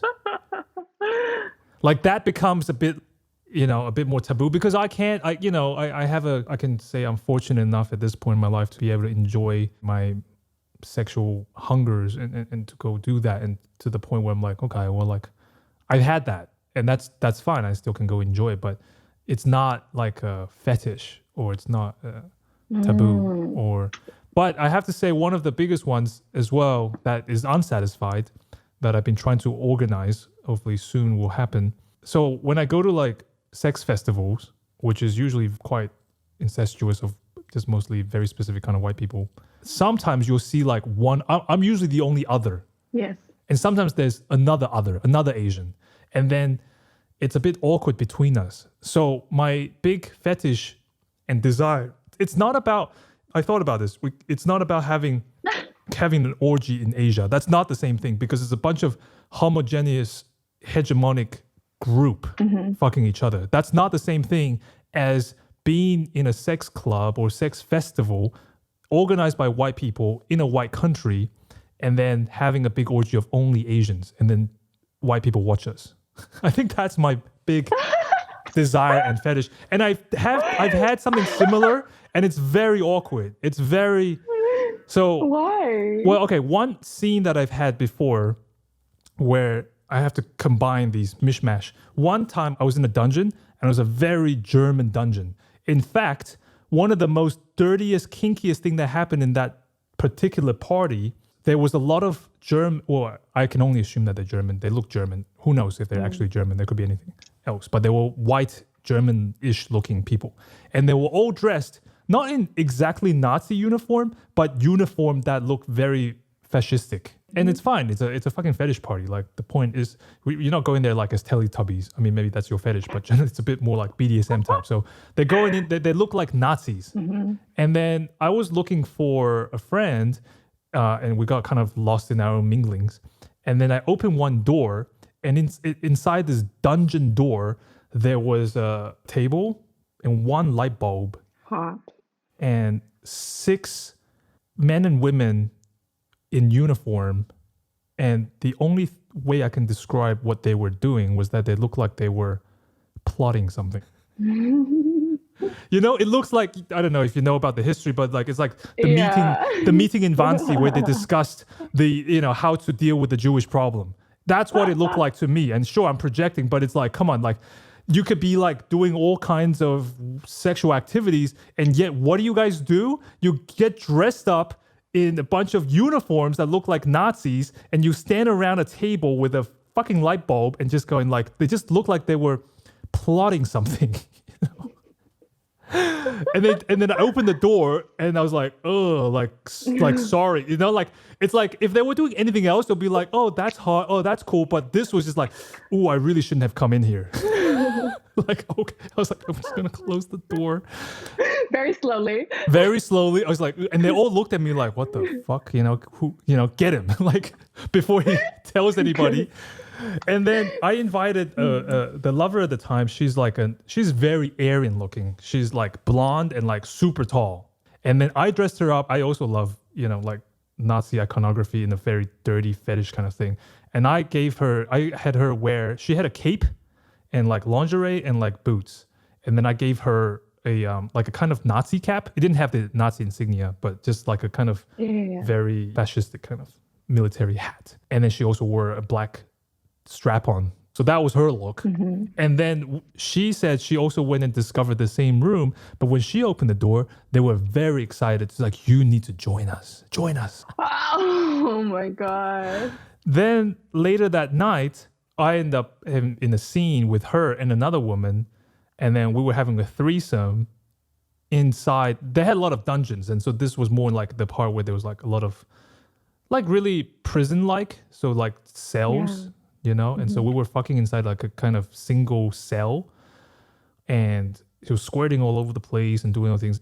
But like that's like whatever. But the what I'm trying to get to is that the most kinky thing that happened was the fact that there were all these old white people just staring at us. Like it was a huge. I mean, sure, you know, I could admit that we were quite hot, but I kind of thought about the gaze outside of myself instead of just enjoying me having a threesome with these two other people. It was like thinking about what these people were thinking. Me, an Asian guy inside a dungeon cell with two white women. And for me, the kinky thing is not my act. The kinky thing is that them watching me, I felt like that was really intense and crazy. And not about the watching. It's not about the watching because, you know, this can happen all the time and whatever. It's like, who cares? But how often do you see the race aspect to that? And then, so the next story I wanted to add is that another sex festival I was at, there was actually more Asians than usual. There was one other Asian a man, and then there were two other women. And the two women, I felt like all three of them irritated me and this is my problem. This is like, people can do whatever they want. But for me, the man was more like a certain kind of performative gay.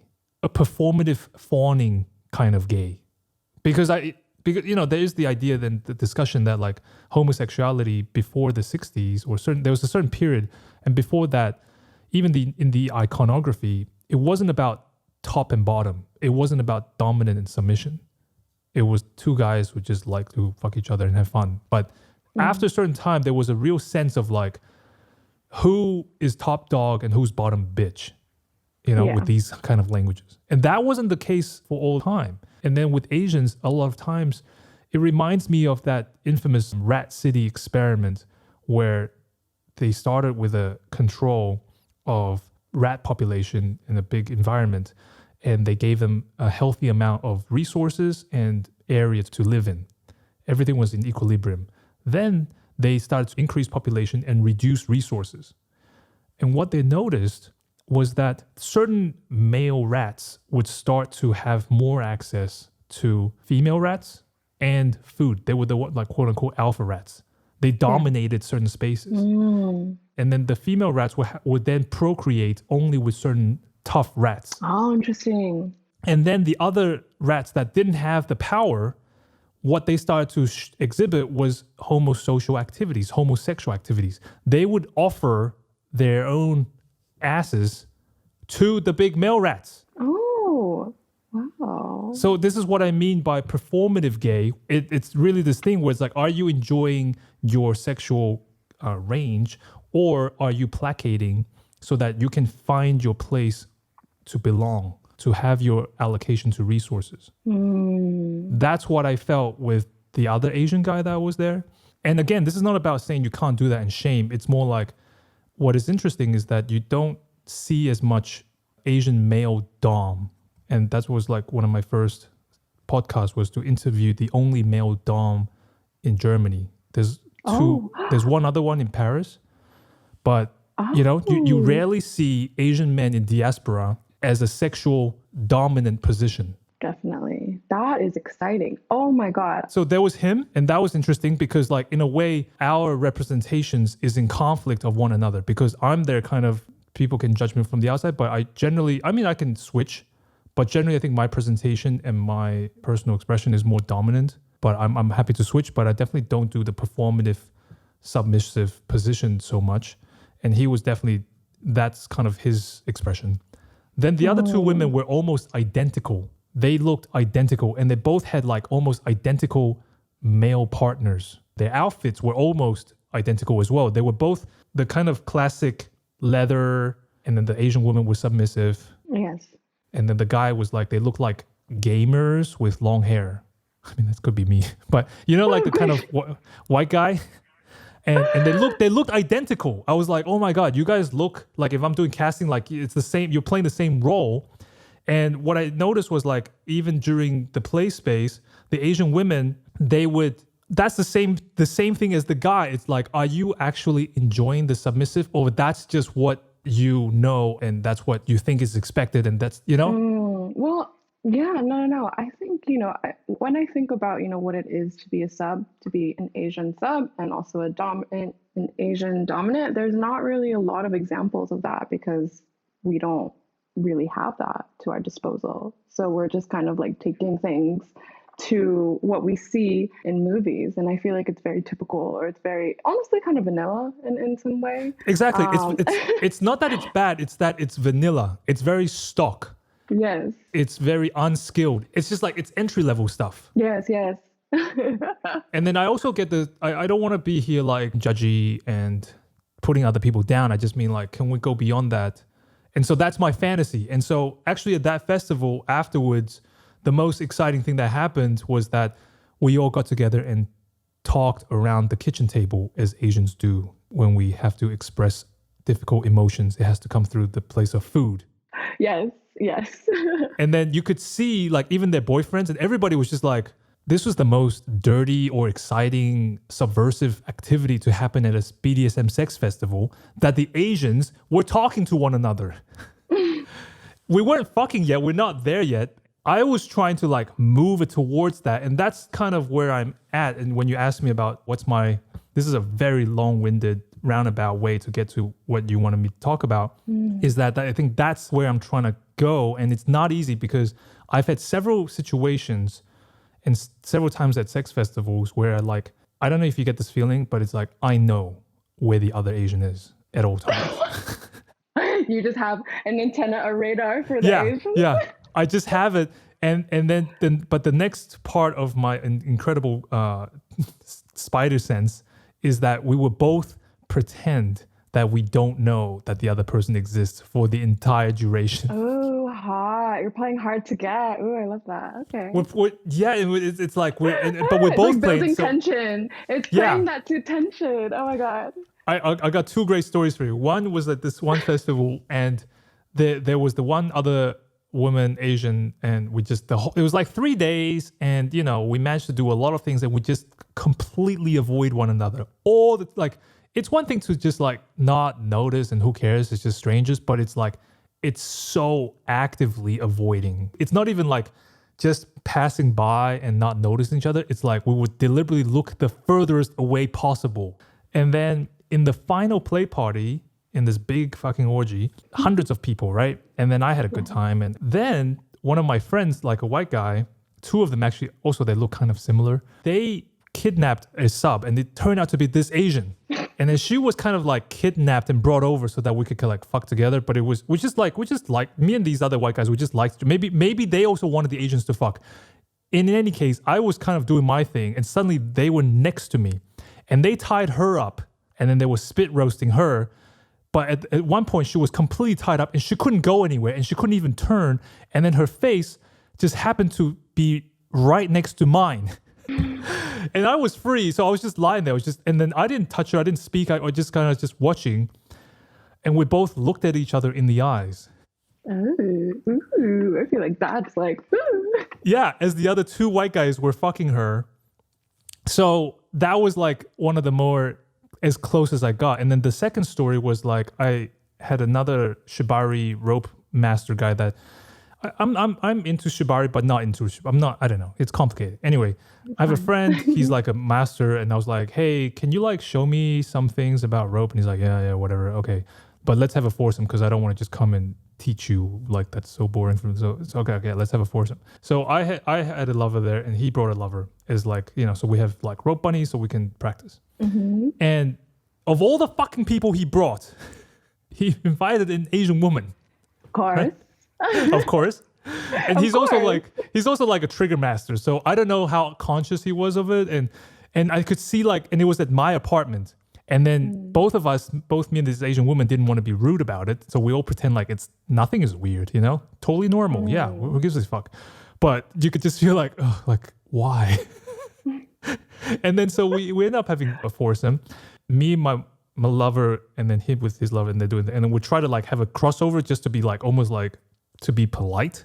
I remember very distinctly, I was like, okay, just touch her. Just touch her. I was like, I touched her nipples. I did it. Okay.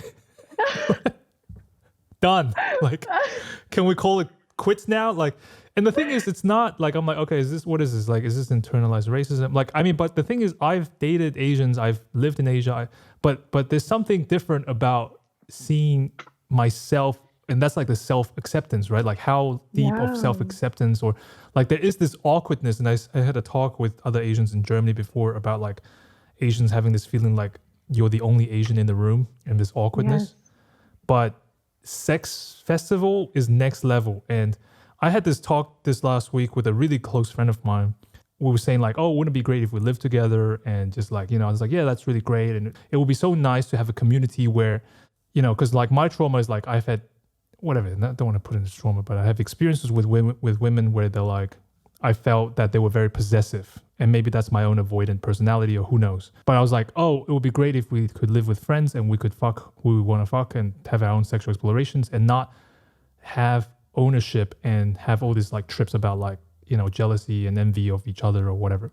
She was like, yeah, that'd be cool. And just for the record, I would never have sex with you for the sake of our friendship. And then I was thinking like, first off, I didn't really ever feel that I want to have sex with you either.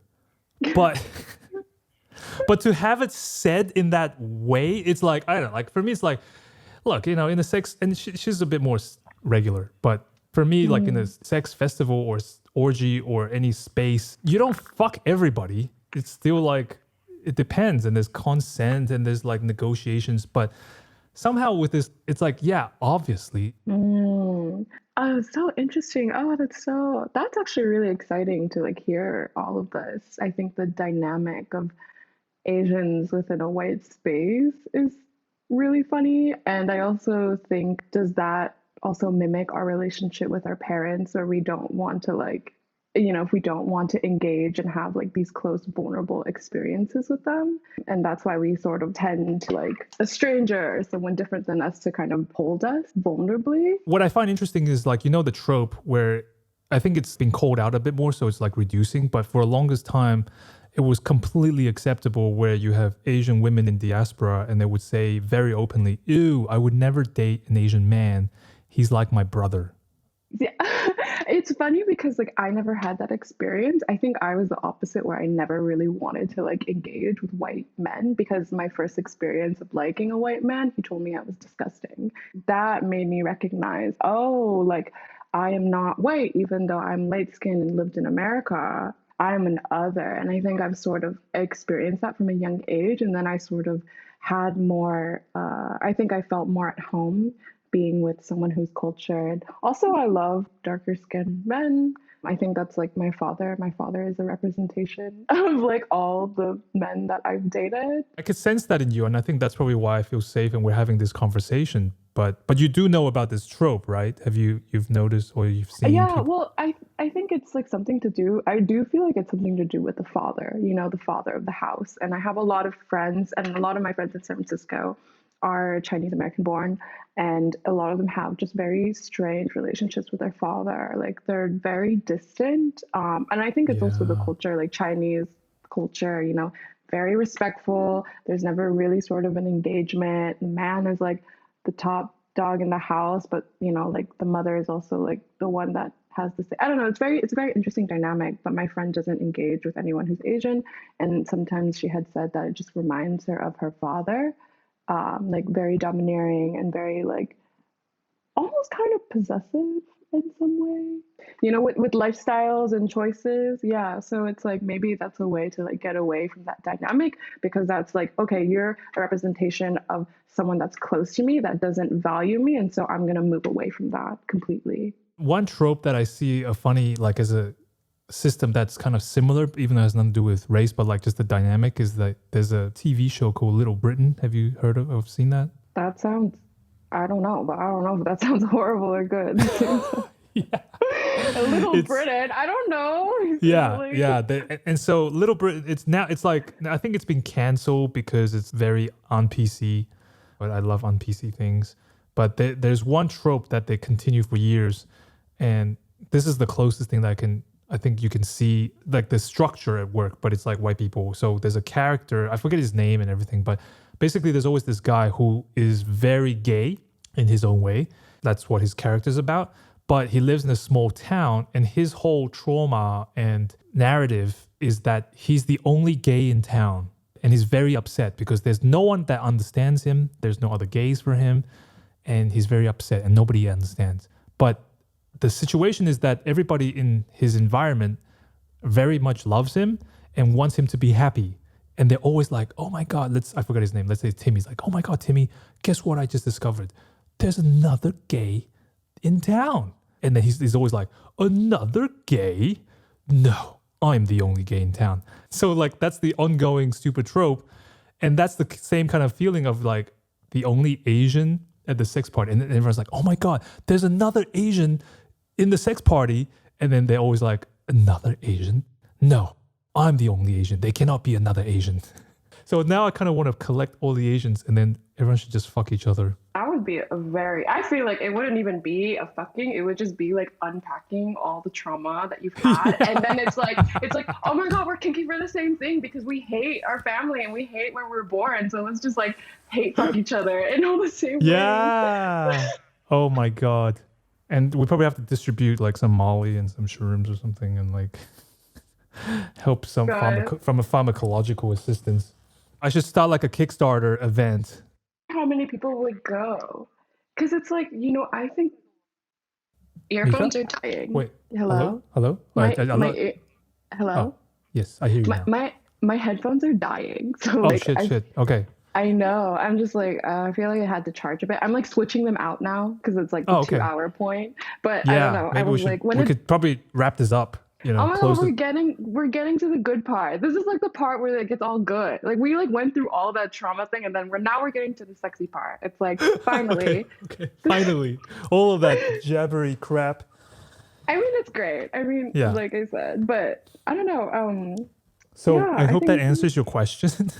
Oh, it was that's very exciting. I think like, maybe it's also like fetishizing the other and accepting the other in ourselves and being like, oh, I could be with another Asian and feel fully confident in who I am and to share that and to have a physical experience, I heard about this in the Black community. And at the time, I didn't really understand what that encompasses. They were like, okay, we're starting to fuck with each other again, to see ourselves. That's also kind of a bit where like I'm at as well, like just experiencing and like also trying to understand what it feels like to objectify and sexualize myself, which I felt was like a very intense feeling. Yes. But I want to know, did you make work after fashion? Like, have you kept making work? First off, I felt like I never stopped, but people started to like notice that and they would say like, why did you quit? And I was like, quit what? Like, I'm still out here waiting for jobs. You guys stopped working with me. I felt like for me, we can all choose to do stuff every day. But then I thought about it and it's like, you're right. People are right that I really stopped being interested. And here's another really funny thing from the Misogynistic Iceberg Slim Pimp book. He said, every bitch has a number. And what he meant was that like every woman he's worked with, they have a number in terms of how many tricks they can turn. And then I thought about myself. It's like, God, I wonder if I have a number. Probably I haven't. Probably there's an amount of dicks I can suck in my life, the amount of photos I can take in my life. And I felt like I've really burnt myself out with doing so much in those years in New York that I'm a bit like allergic to a lot of stuff. I'm like, oh, that's so stupid. Like I can't do another photo session. Like I just can't do it anymore. Yeah. So I haven't really done so much for quite some time. Like I'm pretty sure it's not like I can or can't. It's just more like I find interest in other things. And right now I'm trying to finish my book about squirt. Mm-hmm. So that's my baby at the moment. And then I enjoy like talking to people as well and having interviews and doing my YouTube channel. Yeah. no, I'm curious. You're very good. You have a very distinct eye, and maybe it's about refining it through not the limitations of what was in the industry. Speaking about that though, is that I actually resent that because Oh, interesting. that was worked out through, in my education, there would always be like one professor that would always like remind everybody that you've got to be consistent. You got to be congruent. As I got older, I started to realize the violence of that. That's completely toxic. That's the mechanism of capitalism.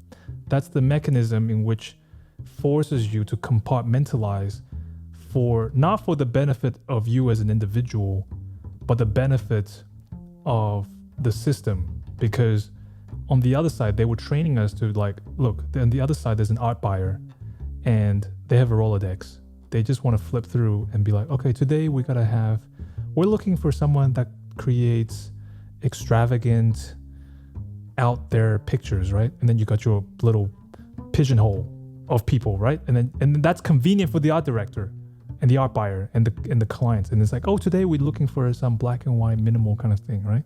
Then you go to that thing. But then if you have somebody who is schizophrenic in their identity and ideas, they don't know where to put you. And that's annoying. For somebody that comes from so many cultures and has experienced so many things, what do you expect that person to do and behave? For me, I noticed that I did all kinds of stuff. I did a lot of, because my strategy was to do as many as different things and see which one sticks. Yes. And then I noticed that when I was doing minimal photography, which you can trace the economic tendency, what's that? The Memphis style, Memphis graphic style, whatever. That's beneficial. That's like, you know what I'm talking about? Yeah, I mean, I think you chose that, No, okay. But I don't know. Did I choose that? Or was that what was the most economically viable option? I would say that, because I actually wanted to do a lot of other things, but that was what paid for the rent. I don't give a fuck about that. I know, but you chose that. You still chose it based on your survival, Like, yeah, it's a fawning method. I chose that because that was what people liked. And then the resentment comes in because I say that because I enjoy doing other things, and then people would say, no, that's not you. And this is what I hate about Instagram, is that if you're schizophrenic and you do different things, the algorithm really punishes you. If you keep doing the same thing, you can build that. It's like, in gaming, it's like if you do like multiple shots in a row, it exponentially grows. And that's what they want. Of course. And so, and I hate that. And so, for example, I was in an advert once for Range Rover. I was supposed to sell this car, and it's funny because they were like, they had me to do a voiceover. They want to sell me as this like New York artist, whatever. And I realized how depressed I was even as I was doing it, because everything was a lie. I'm not that person. They asked me, they wanted to get a shot of me walking through the city and getting inspired by the city. And I was like, that's not true at all. At that point in my life, I was so broke. I went downtown only when I had a job because I couldn't afford a fucking train ticket. And they were like, what is the road that you love to drive the most? I was like, I take the ACE train. That's the road I take. It was all bullshit. It was just pure propaganda. And, they were like, what photography do you feel inspired by? And where do you like to, do you go and take a walk and take photos? I was like, I don't do any of that bullshit. That's a scam. I said the most photos that I take were screenshots, and they didn't like that, like that was not me at all. They paid that to me to just shut the fuck up and to play that role. And that's the role that I played to placate so that I would get paid and I would survive. And ironically, in the end, that money was stolen by my white agent, the great granddaughter of Condé Nast. And she got done for tax evasion. So I didn't see any of that money. So I really resent that. That whole thing was just a construct. And and that's the thing. Like, I wonder if you feel that is like, I know what you perverts want and you're going to pay for it. But some days I just don't feel like doing that. And then there's the frustration. It's one thing. It's like, okay, you don't want to provide. I won't pay you. That's fine. But when you don't want to do that anymore, and then your quote unquote fans gets angry at you, and that's really sad. I think, I don't know. I feel like I'm coming at it at a perspective where like I am a woman artist and also just like a woman of color. So it's like, I always felt like I had to always show my worth and see like what I can do for them. And then like whenever I didn't want to do something, they were just like, well, you're doing it because you want to. But they never valued my work anyway. I think they only liked it because it was like sexual. And I do think all my work is very erotic in some way, but I just don't really think they saw value in me as a person because number one, I'm a woman. And number two, I'm just a woman of color. That's how I always felt like. I felt like I always had to overcompensate some things. And people would only recognize me if a lot of men talked about me. Like, oh, this photographer's good. Like, you should work with her. And I also sort of recognize as like they never saw value in me to begin with. I only felt valued when someone really had to hype me up. That's one of the painful realization was like at the peak of like my little stint of popularity. I would go to so many shoots and they would say, oh my God, you're Po Young. Your work is everywhere. It's on like every mood board, every fucking trend guide. You're so cool. It's amazing. And I'm like, okay, cool. But how come I'm not doing any of these jobs? How come I'm not being invited to stuff to have a conversation? And every job was just like for me to remix that same work over and over.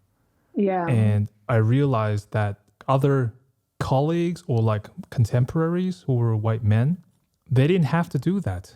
They didn't have to be put in a pigeonhole and recreate stuff. They could be them. They were allowed to be invited to the dinner table and have a conversation about it. I loved hearing your side. I think it is prevalent, and not just, it's just for being considered as something you have to prove. The great sadness and like, this could sound just conspiratorial and a lot of people who are in denial. And this is why I don't like having, there's a book called Why I Stopped Talking to White People About Race. And that's the kind of thing because it's like, they're just going to gaslight me because they're going to be in denial.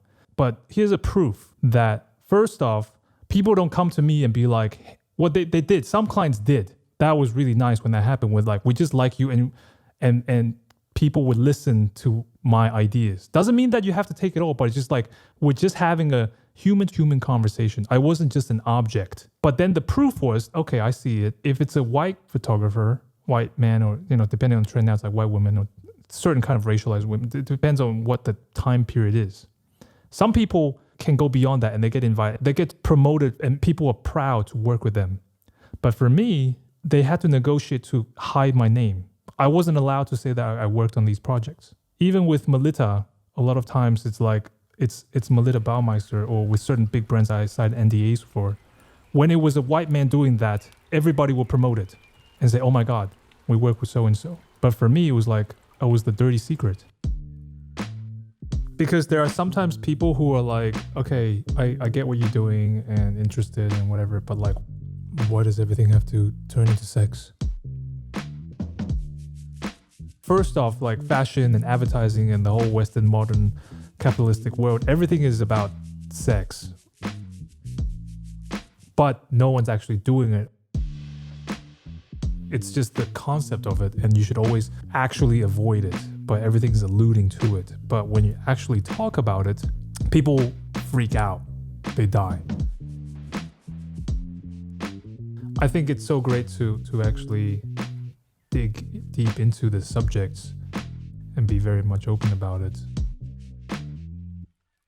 I love that was your bathroom. I feel like every time I go to the bathroom, I think about like, oh, I wish someone could drink my pee. It goes to useful places than the toilet in my case. But but I also have a fetish with golden showers, so that's just like another thing. Oh. Hey, that's so great. Maybe so you know that I'm doing my squirt book, and maybe we could do another separate interview for that. We got so many lined up.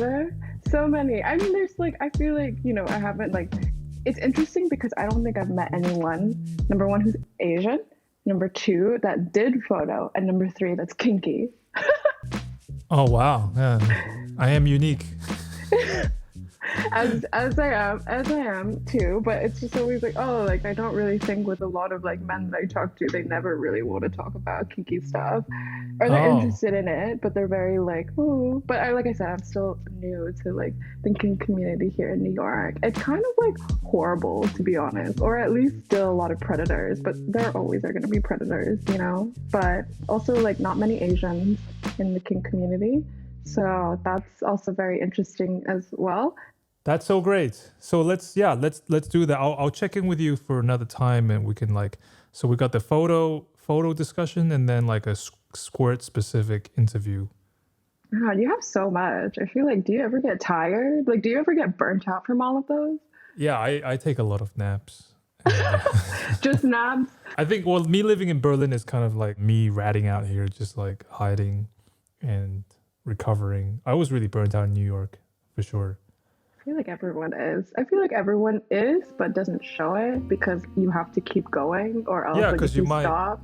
collapse if you stop, or that's the fear. That, or like feeling like you'll be forgotten, which I have felt in many ways as well. Do you feel forgotten? No, because I know people are always taking from me, so it's like I'm not forgotten. I'm just like being put in a box until everyone's ready to like uncover me and then take from it and then put me back in the box again. Oh no. It's not like a bad thing. I think I realize that I influence a lot of people, not to be like egoistic, but it's like, I think I'm just very positive because I'm not in that industry. And so like I could like see it as a way of not constantly taking from me. I have other things that fill me, and I feel like those in that industry keep feeling abused. And so like I'm like a refresher, but I do feel like only when I'm like, when they're deep in the pits where like they come and grab me. Wow, that's quite a poem. Deep in the pits when they come and grab me. I mean, that is what that place is. It's always dark, more than anything.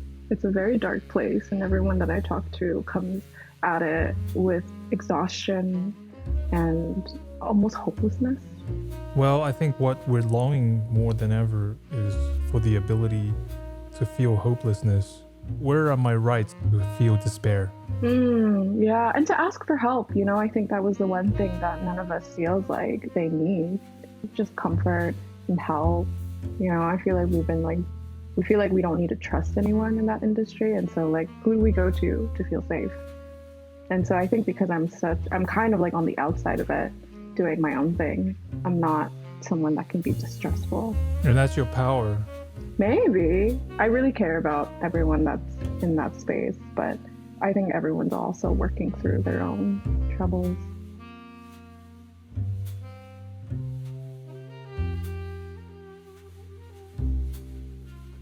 I don't know. I like also I think when I kind of found your work, I was like, oh, this is what fashion's supposed to look like, like this is really. Yeah. I was very like, this is one of the best fashion work I've seen.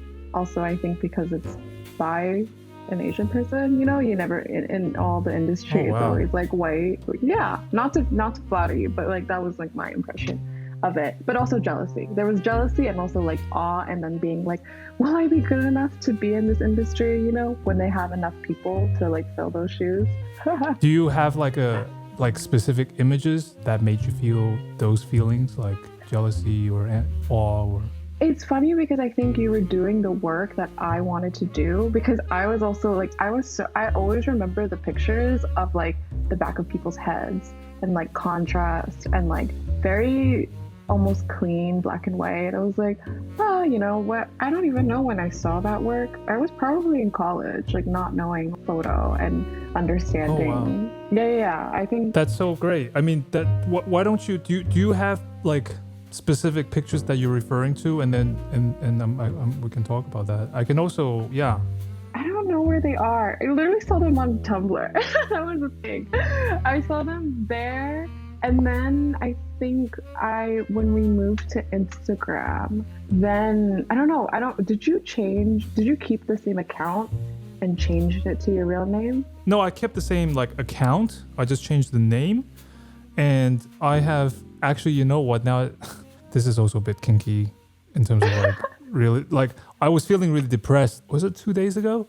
2 days ago, I was really depressed and I was going through I was looking for a photo for my Squirt book, actually.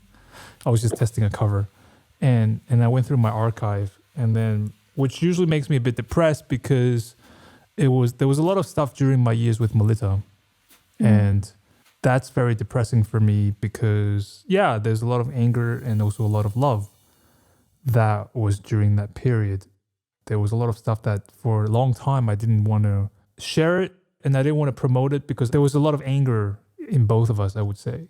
And so I've just put the lid on that and not looked at it. But I feel like if you're interested and to kind of talk about, I think that might even be therapeutic for me to brave it through and just talk about it and let that go. And because I feel like, I don't know, maybe if I start speaking, I might get angry about it. But I think there was a lot of beautiful things that happened during that time. I think the things that I've been angry about more is realizing that I didn't find my own power. Yeah. I didn't know how to assert myself. And that's not the fault of other people. That I have to learn that for myself. No, I think learning your worth is one of the hardest things.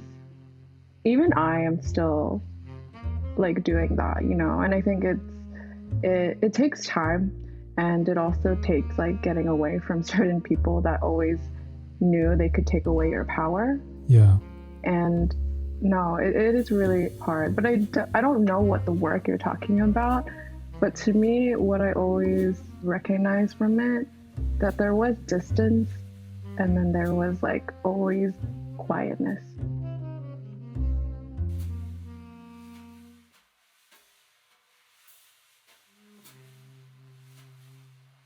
And I think that's also something in my work that I like to play with. It's always isolated in some way.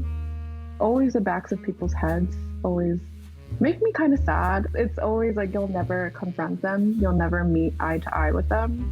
And so those are always the pictures that I remember of yours. Oh man, I'm gonna have to prepare myself a bit. And Why? Would you cry? I would love to see you cry. I love watching men cry. You have to pay extra for that. Aw, that's not fun. It's not fun. Probably I might get a bit teary. But I don't think I've seen the extensive of your work. Like I wonder if there was a transition, because obviously one part of your work like blew up, and so everyone was just like, yeah, like look at this. This is what it is. This is who you are as a brand, as a photographer, you know. So I don't know what the work was prior to that, and then sort of like the fallout, because I do think there is like a shift of, even though it may be small, there are these shifts that I guess people don't really notice in the work itself.